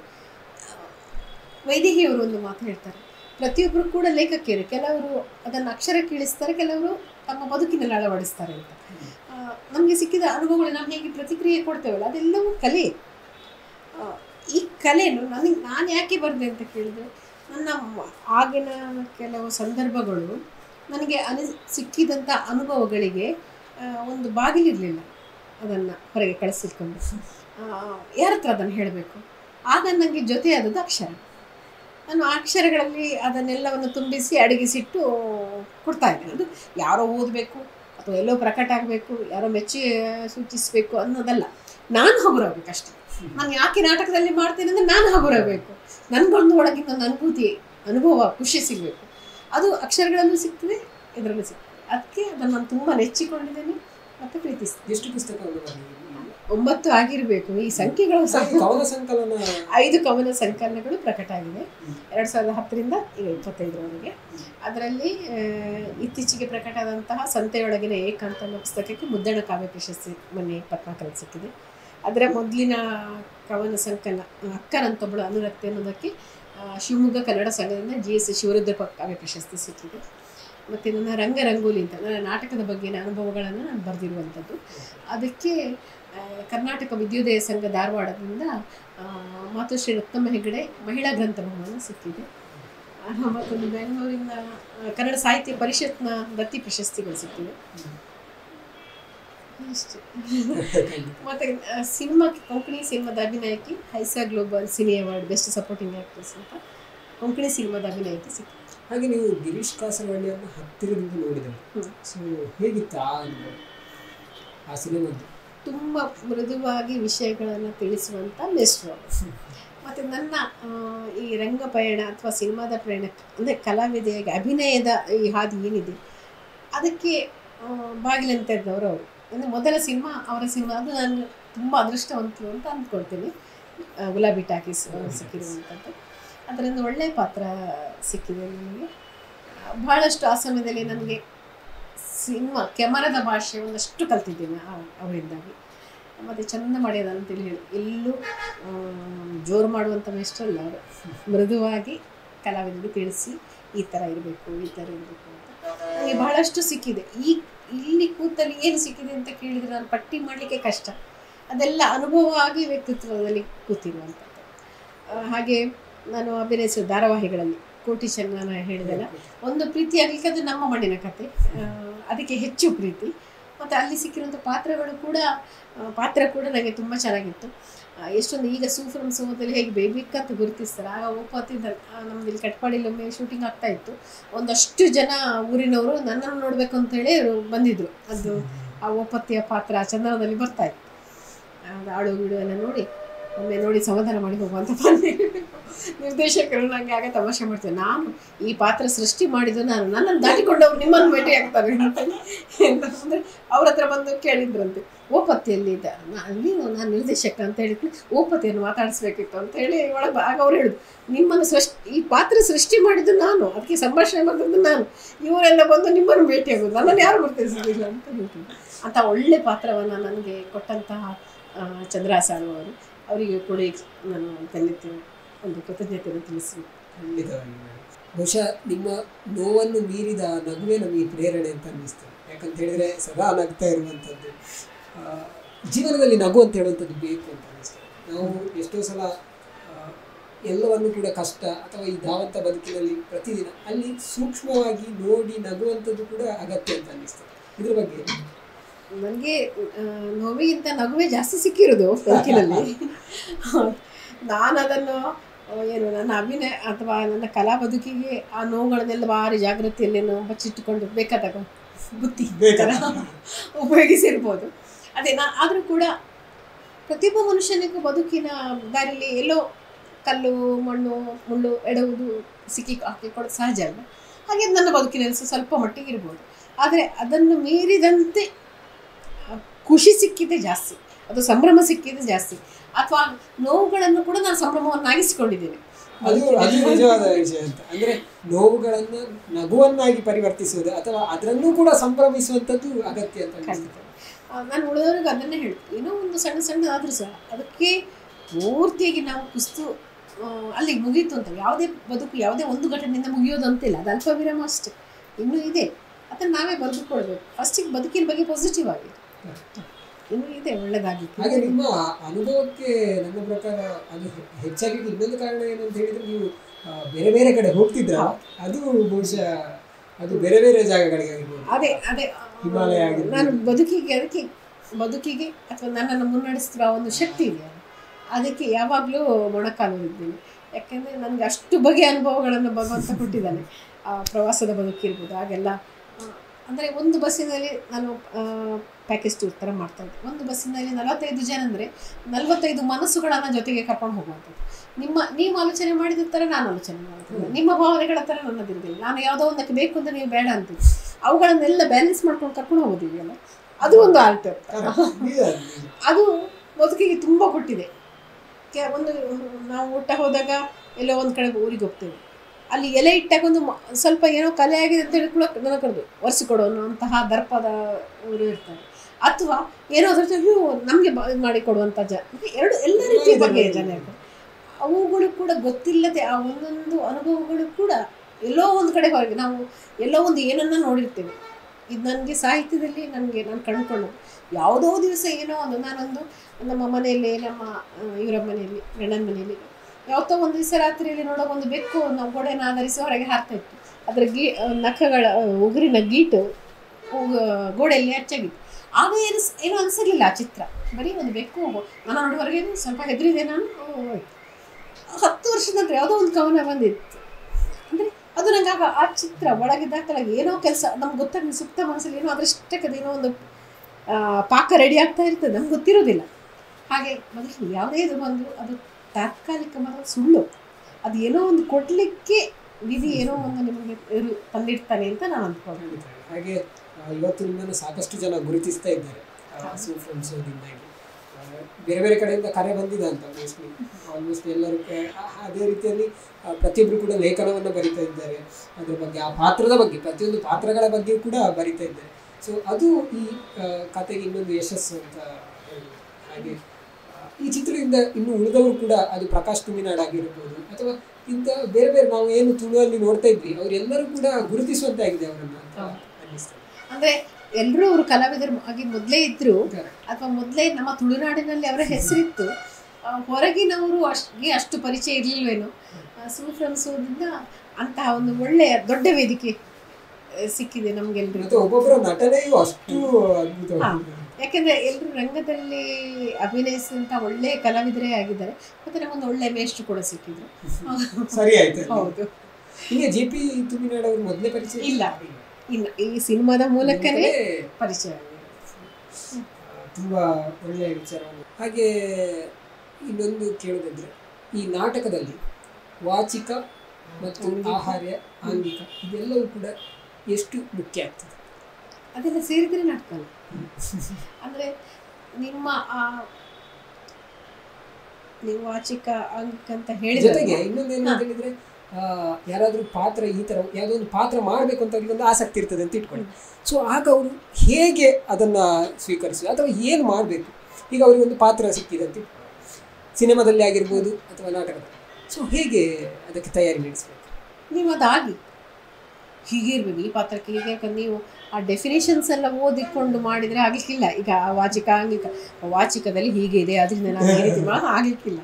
ಆದರೆ ಈಗ ನೀವು ಪ್ರಣವ್ ಅಂತ ಹೇಳುವಾಗ ನಿಮ್ಮನ್ನು ನೋಡಿರ್ತೀರಲ್ಲ, ನೀವು ಯಾವ ರೀತಿ ಬಂದ್ರಿ, ಯಾವ್ದು ನಗಡಿದ್ರಿ, ಇದು ನೋಡ್ತೀರಿ.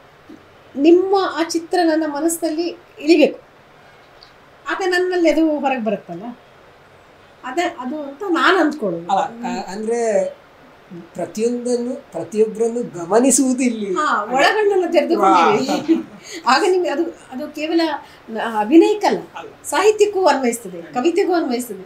ಯಾವುದೋ ಒಂದು ವಸ್ತುವಿನಲ್ಲಿ ಇನ್ನೊಂದು ನಿಮಗೆ ದರ್ಶನ ಆಗಬೇಕಾದ್ರೆ ಈ ಎದುರಲ್ಲಿರುವಂಥ ಆ ಒಂದು ಚಿಕ್ಕ ವಸ್ತುವಿನಲ್ಲೂ ಏನೋ ಇನ್ನೊಂದು ನಿಮಗೆ ಮಹತ್ತರವಾದ ಒಂದು ಒಳಗೆ ಒಂದು ಆತ್ಮ ಕಾಣಬೇಕಾದ್ರೆ ಅಥವಾ ದರ್ಶನ ಸಿಗಬೇಕಾದ್ರೆ ನಿಮ್ಮ ಒಳಗಣ್ಣು ತೆರೆದಿರಬೇಕು, ಅದರಲ್ಲಿ ಹುಡುಕ್ತಿರ್ಬೇಕು.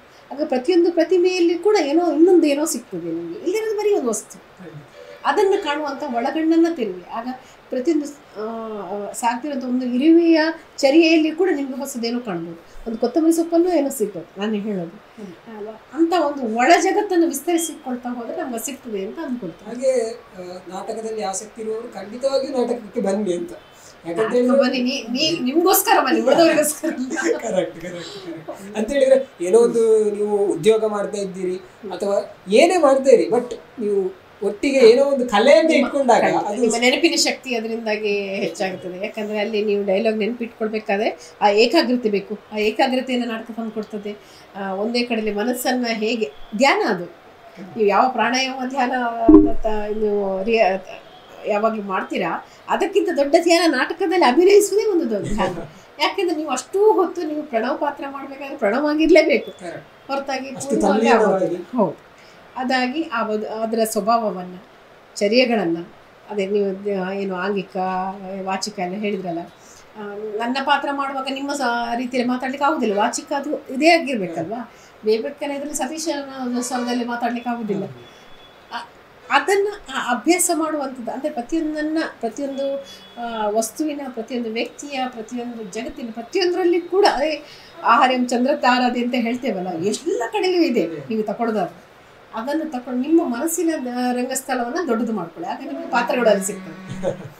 ಖಂಡಿತವಾಗಿ. ಹಾಗೆ ಸೂ ಫ್ರಮ್ ಸೋ ಸಿನಿಮಾದಲ್ಲೂ ಕೂಡ ಇದೇ ರೀತಿ ಎಲ್ಲ ಪಾತ್ರಗಳು ಹೀರೋವೇ ಅಂತ, ಯಾವ ಪಾತ್ರ ಮುಖ್ಯ ಅಲ್ಲ, ಎಲ್ಲವೂ ಅದರಲ್ಲಿ ನಾವು ಯಾವುದು ಒಂದೊಂದು ತೆಗೆದಿಟ್ಟು ಇನ್ನೊಂದನ್ನು ನೋಡ್ಲಿಕ್ಕೆ ಆಗೋದಿಲ್ಲ. ಅದೇ ಗ್ರಾಮೀಣತೆಯ ಸೊಗಡು ಅಂತ ಹೇಳಿ. ಕೊನೆಯದಾಗಿ ನಿಮ್ಮ ಸೂ ಫ್ರಮ್ ಸೋದಿಂದ ಯಾವ್ದಾದ್ರು ಡೈಲಾಗ್ ಹೇಳೋದು? ನಾನು ಮೊನ್ನೆನೂ ಅದೇ ಹೇಳಿ, ನನ್ನ ಪಾತ್ರದಲ್ಲಿ ಡೈಲಾಗ್ಸ್ ಕಡಿಮೆ. ನೀವು ಎಲ್ಲವನ್ನ ಅಭಿನಯದಲ್ಲೇ ಜಾಸ್ತಿ ಹೇಳಿದ.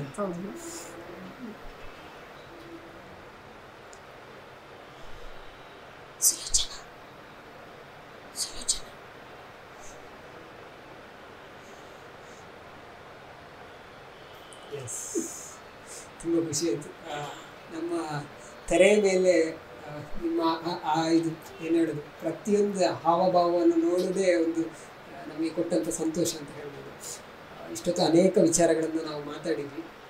ಸಾಹಿತ್ಯದ ಬಗ್ಗೆ ಆಗಿರ್ಬೋದು, ಸಿನಿಮಾ ಬಗ್ಗೆ ಆಗಿರ್ಬೋದು, ನಾಟಕ ಬಗ್ಗೆ ಆಗಿರ್ಬೋದು. ಈ ನಗು ಹಾಗೆಯೇ ಇರಲಿ ಸದಾ ನಿಮ್ಮಲ್ಲಿ. ಮುಂದೆ ಕೂಡ ಬೇರೆ ಬೇರೆ ಸಿನಿಮಾಗಳಲ್ಲಿ ನಿಮ್ಮನ್ನು ನೋಡುವಂತೆ ಆಗಲಿ, ಜೊತೆಗೆ ನಾಟಕದಲ್ಲೂ ಕೂಡ ನಿಮ್ಮನ್ನು ನೋಡುವಂತೆ ಆಗಲಿ ಅಂತ ಹೇಳಿ ನಾನು ಆಶಿಸ್ತೇನೆ. ಸೊ ಇಷ್ಟೊತ್ತು ನಮ್ಮ ಜೊತೆ ಸಮಯ ಕೊಟ್ಟು ಪ್ರೀತಿಯಿಂದ ಮಾತಾಡಿದ್ದಕ್ಕೆ ತುಂಬ ವಂದನೆಗಳು.